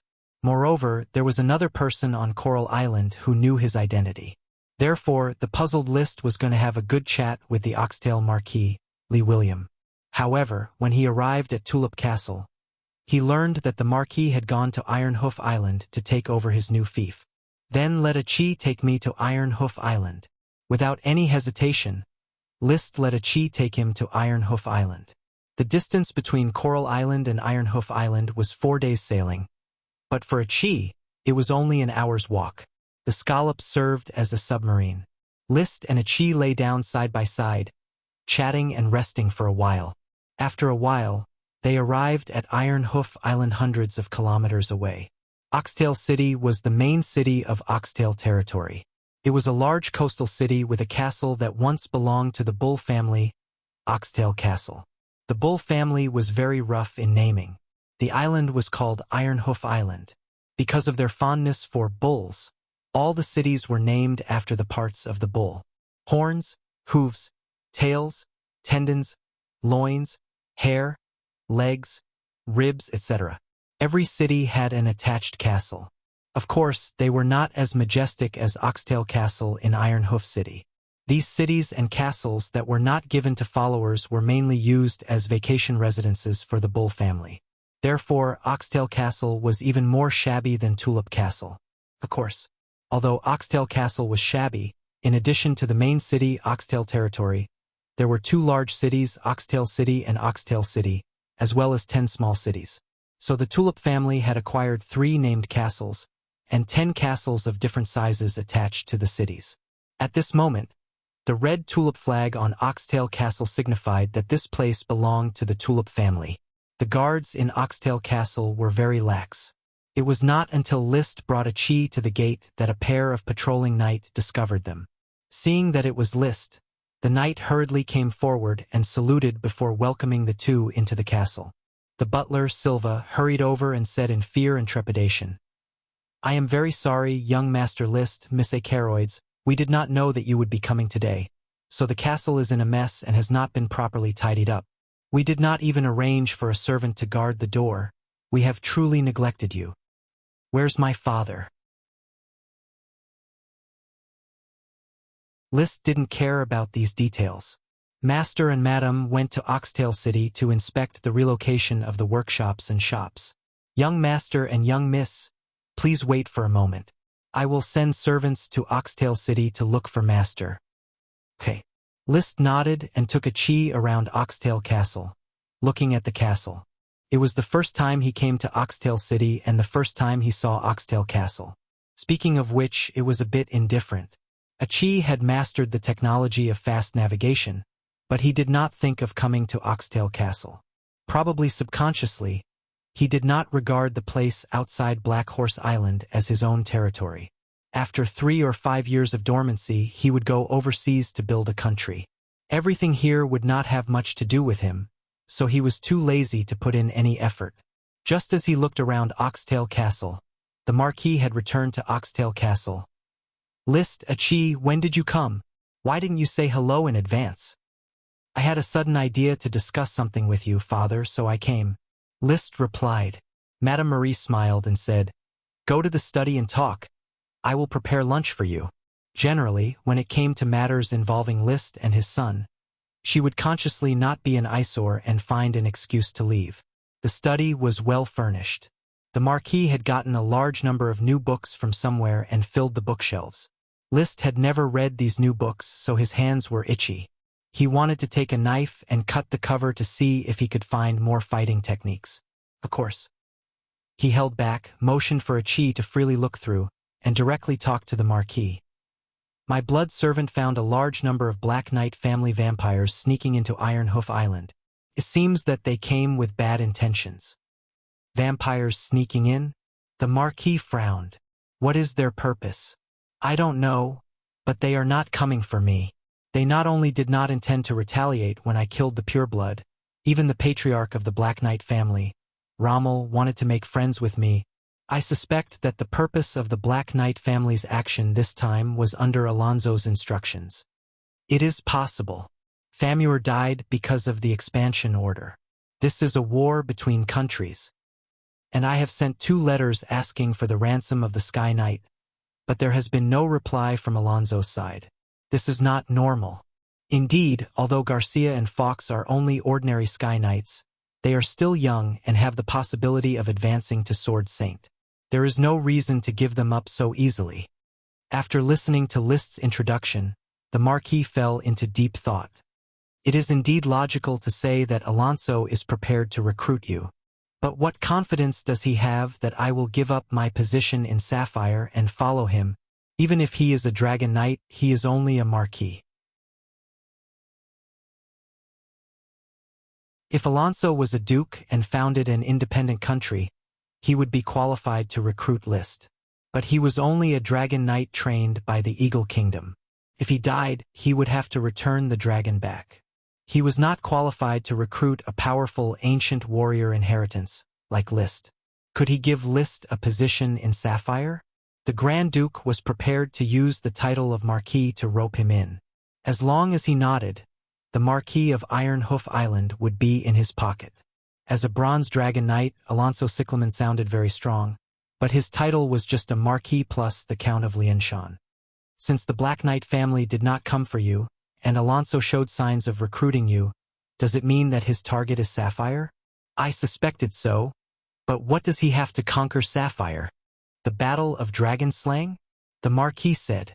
Ever since Liszt rode a dragon, he had been thinking about the Battle of Dragon Slaying for a long time. Is it possible that Alonso is preparing to fight the Grand Duke? Coming overseas alone on a horse? Isn't he afraid of being left behind? Even if the Dragon Knight family is strong, it would be easy for the Sapphire family to escape. It would not be difficult for them to avoid the attack and stage a comeback. What if he is not alone, but with a large number of orders of chivalry? The Marquis suddenly thought, back then, you said that the descendants of Marquis Bull had sought refuge with the mainland kingdom, and speculated that Alonso was the backer behind Marquis Bull. Then, with the foundation of the Bull family, it is completely possible for them to help the Eagle Kingdom build a fleet. This Liszt wanted to refute. He had always felt that being alone overseas was very safe. However, what the Marquis said was not without reason.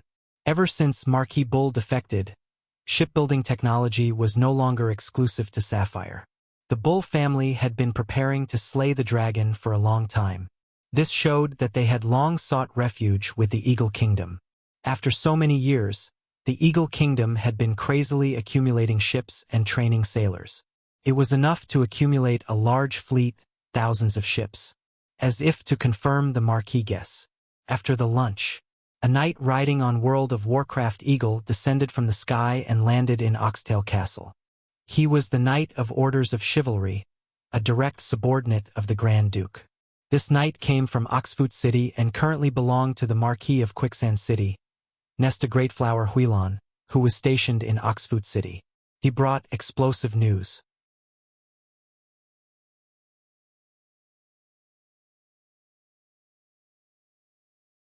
Chapter 706. It's just as I expected. When the messenger knight Ma Grey Eagle left, the Marquis' face suddenly darkened. He looked up at the dark sky outside the window at a 45-degree angle. It was already December, and the winter snow was coming soon. The temperature was dropping day by day. He put his hands behind his back. He was not shaken by the news. On the contrary, he was vaguely gratified. He had regained the dignity of his father's generation. As the saying goes, old ginger is spicier. What Liszt did not guess had become a prophecy. This was experience, this was Jianghu, and this was why he was able to establish the Tulip family. The Marquis turned his head and looked at Liszt with eyes that seemed to flash with the self-confidence of, "Your father will always be your father." The Eagle Kingdom has been ambitious for Sapphire for a long time, and it's finally time to explode. I just don't know if the invader that came with the fleet is Alonso. Alonso is a sure thing. Liszt did not look at the Marquis, nor did he show any admiration. From the beginning of Marquis Bull's rebellion, he has been involved in this plan. There is no doubt that he will be the leader of this war. How will the Grand Duke deal with it? You can see the whole picture by looking at a spot.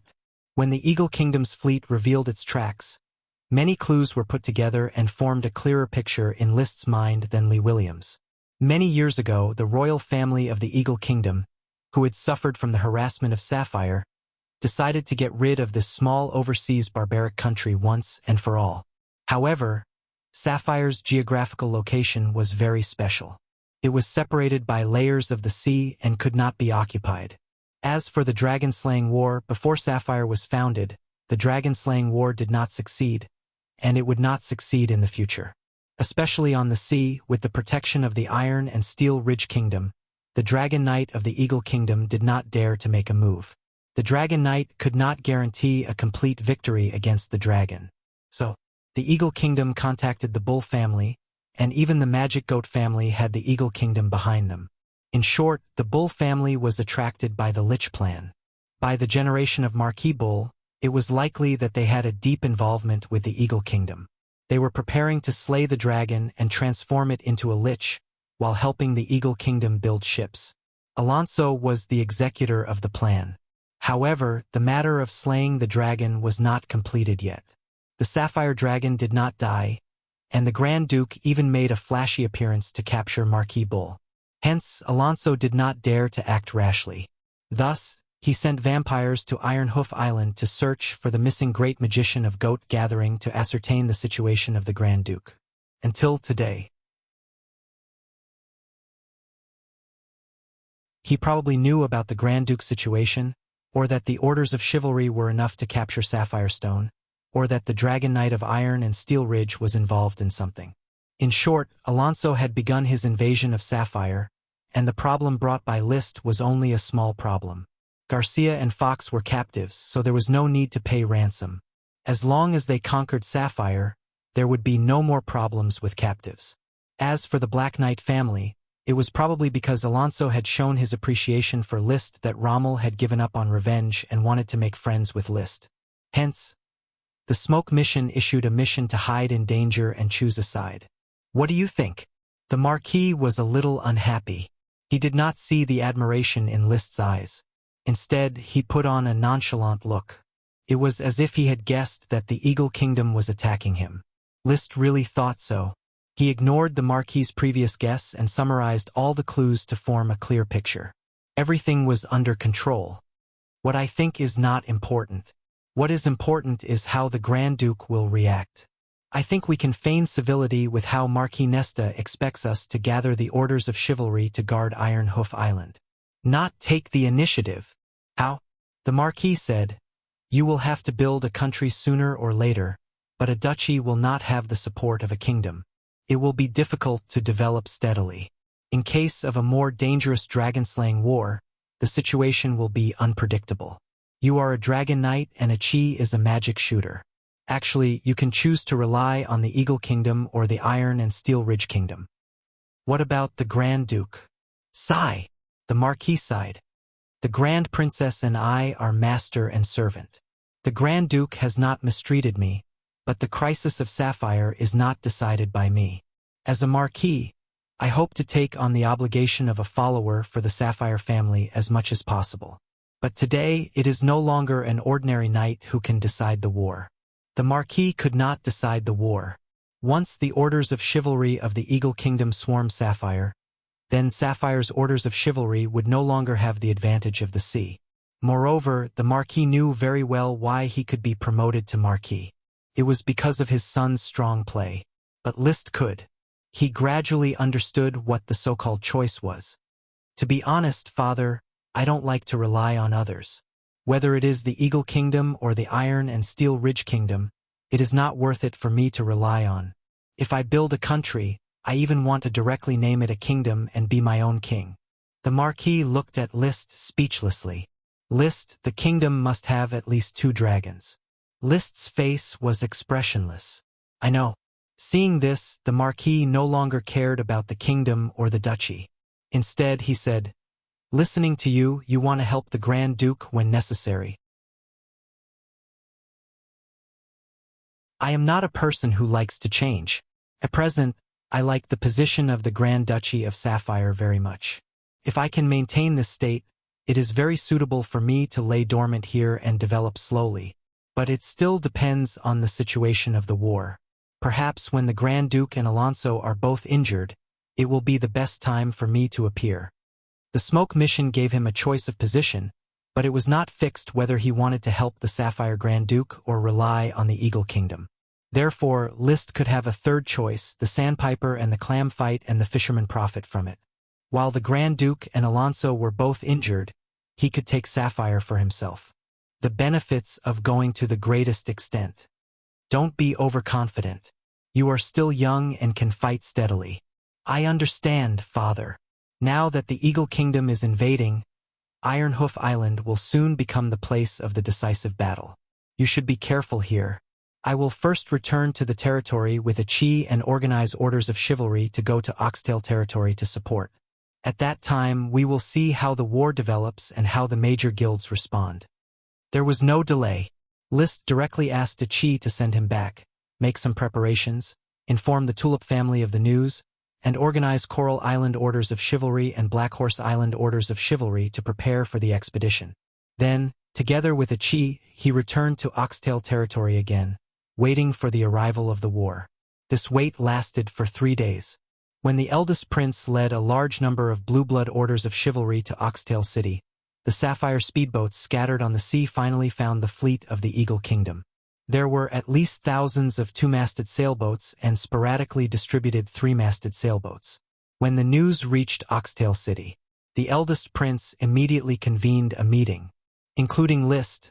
More than 30 marquises, earls, and other nobles were on standby, waiting for further instructions from the eldest prince. The eldest prince, with a serious expression, glanced at the audience and slowly said, "My father, the Sapphire Grand Duke, has arrived on the Sapphire Dragon. This is a major crisis concerning the safety of the Sapphire territory. But do not be nervous. The sea is Sapphire's horse farm. The invaders of the Eagle Kingdom are destined to drown in the Blue Sea. Eldest Prince, what should we do?"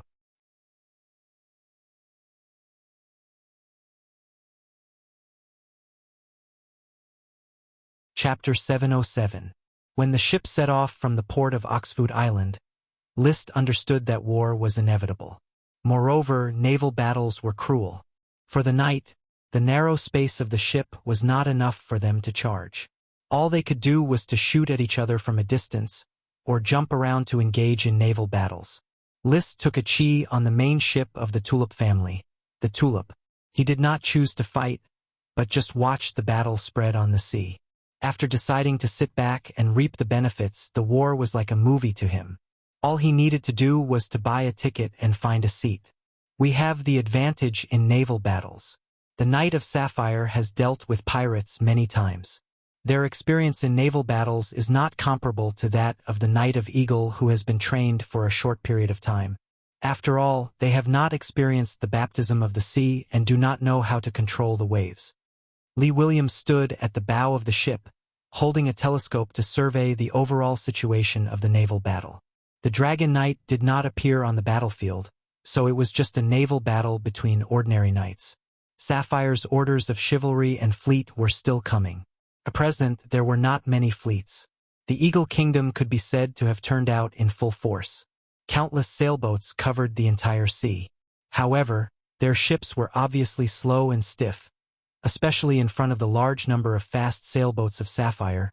They looked even more clumsy. The 2 fast sailboats approached each other from the left and right. In an instant, a large group of knights jumped from their respective decks and began to engage in naval battles. 2 against 1, easily destroying 1 Eagle Kingdom sailboat. Then the fast sailboat of Sapphire quickly left and rushed to the next Eagle Kingdom sailboat. The fleets of the 2 kingdoms had destroyed dozens of sailboats in just a short encounter, 70% of which belonged to the Eagle Kingdom. The huge gap in strength in naval battles was not only reflected in the ships, but also in the knight. The shaking deck had no effect on the Knight of Sapphire, but for the Knight of Eagle Kingdom, it was unbearable. Their fighting skills were deformed, their bodies were unstable, and their combat power was directly reduced by 30% to 40%. How could they fight against the agile Sapphire Knight? Therefore, even if the number of Sapphire ships was small, their combat effectiveness was far greater than that of the Eagle Kingdom.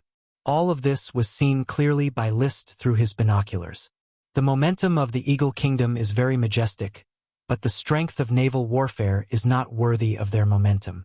If this goes on before they rush ashore, they will probably die in this sea area. But it shouldn't be so simple. The Eagle Kingdom won't invade so rashly. It's a mage. Achi, who was also holding a telescope, suddenly said, William Lee and List gasped in surprise.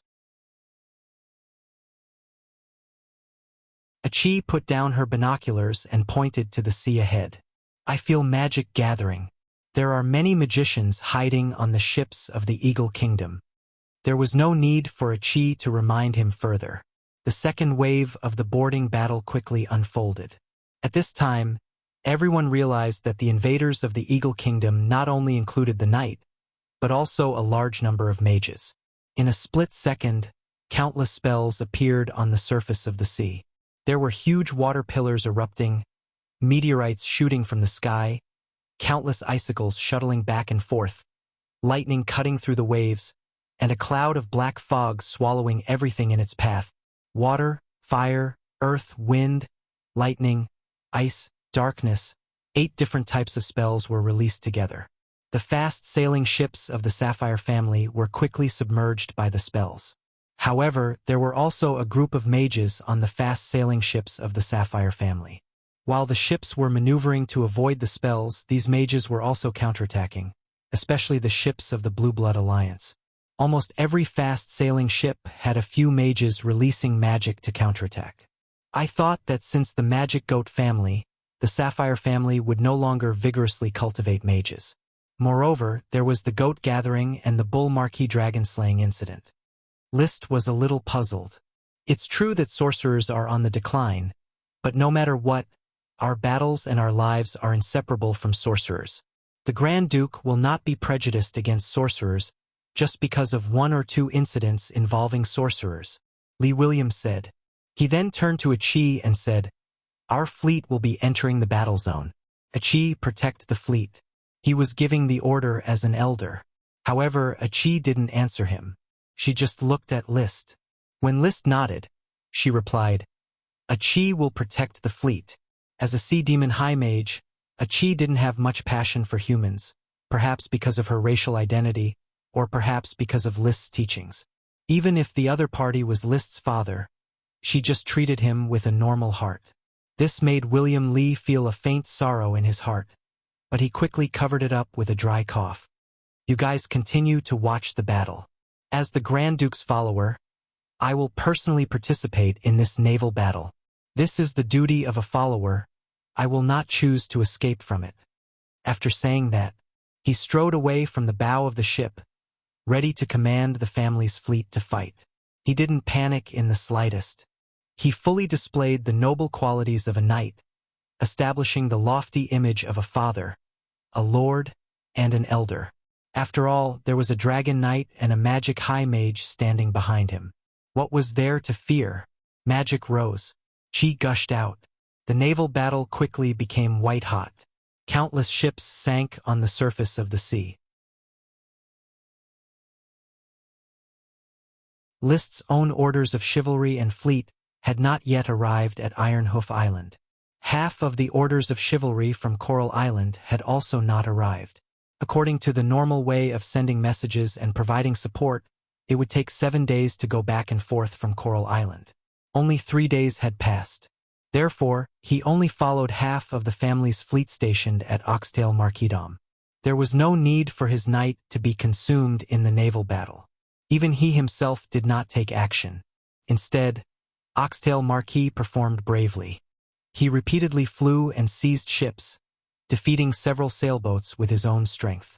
Every time he was in danger, there would always be a flame arrow to rescue him, or a waterspout to block a killer move for him. This made him even more unscrupulous, killing in all directions to his heart's content. At this time, as the ships on the sea continued to release surging chi, the magic drifting around the battlefield was no longer stable. The magic began to weaken, turning into sky knights flying all over the sky. These sky knights that could fly were undoubtedly the main force of the boarding battle. Marquis Chi is about to reach perfection. I didn't expect that just a few days after I gave him the manuscript of the sky, he has already honed his high-level chi to perfection. List released magic eyes to track Lee Williams' figure. Naturally, he could see that the other party's chi was gradually solidifying. This was a sign of high-level chi perfection. But it's normal. Marquis has been known as a saint of the sword for more than 10 years. His chi should have been honed to a certain extent. With the help of the manuscript of the sky, he pierced through the window paper. He was watching Lee Williams' battle. A chi reminded, "Brother, there is a sky knight over there. He looks very powerful. He can float in the air. Is he the domain knight that brother described?" List picked up the binoculars and looked in the direction of Achi's finger. He saw a familiar knight rushing towards a sapphire sailboat. His flying method was completely different from the ordinary sky knight, The ordinary Sky Knight was more like jumping, diving, and gliding, but he was really flying. The kind of flying that Sun Wukong stepped on the somersault cloud. Magic eyes could see that there was a cloud of chi under his feet. Oh, you're tuning in to the Legend of the Vagabond YouTube channel. Don't forget to subscribe and join us on this journey to catch the most captivating stories.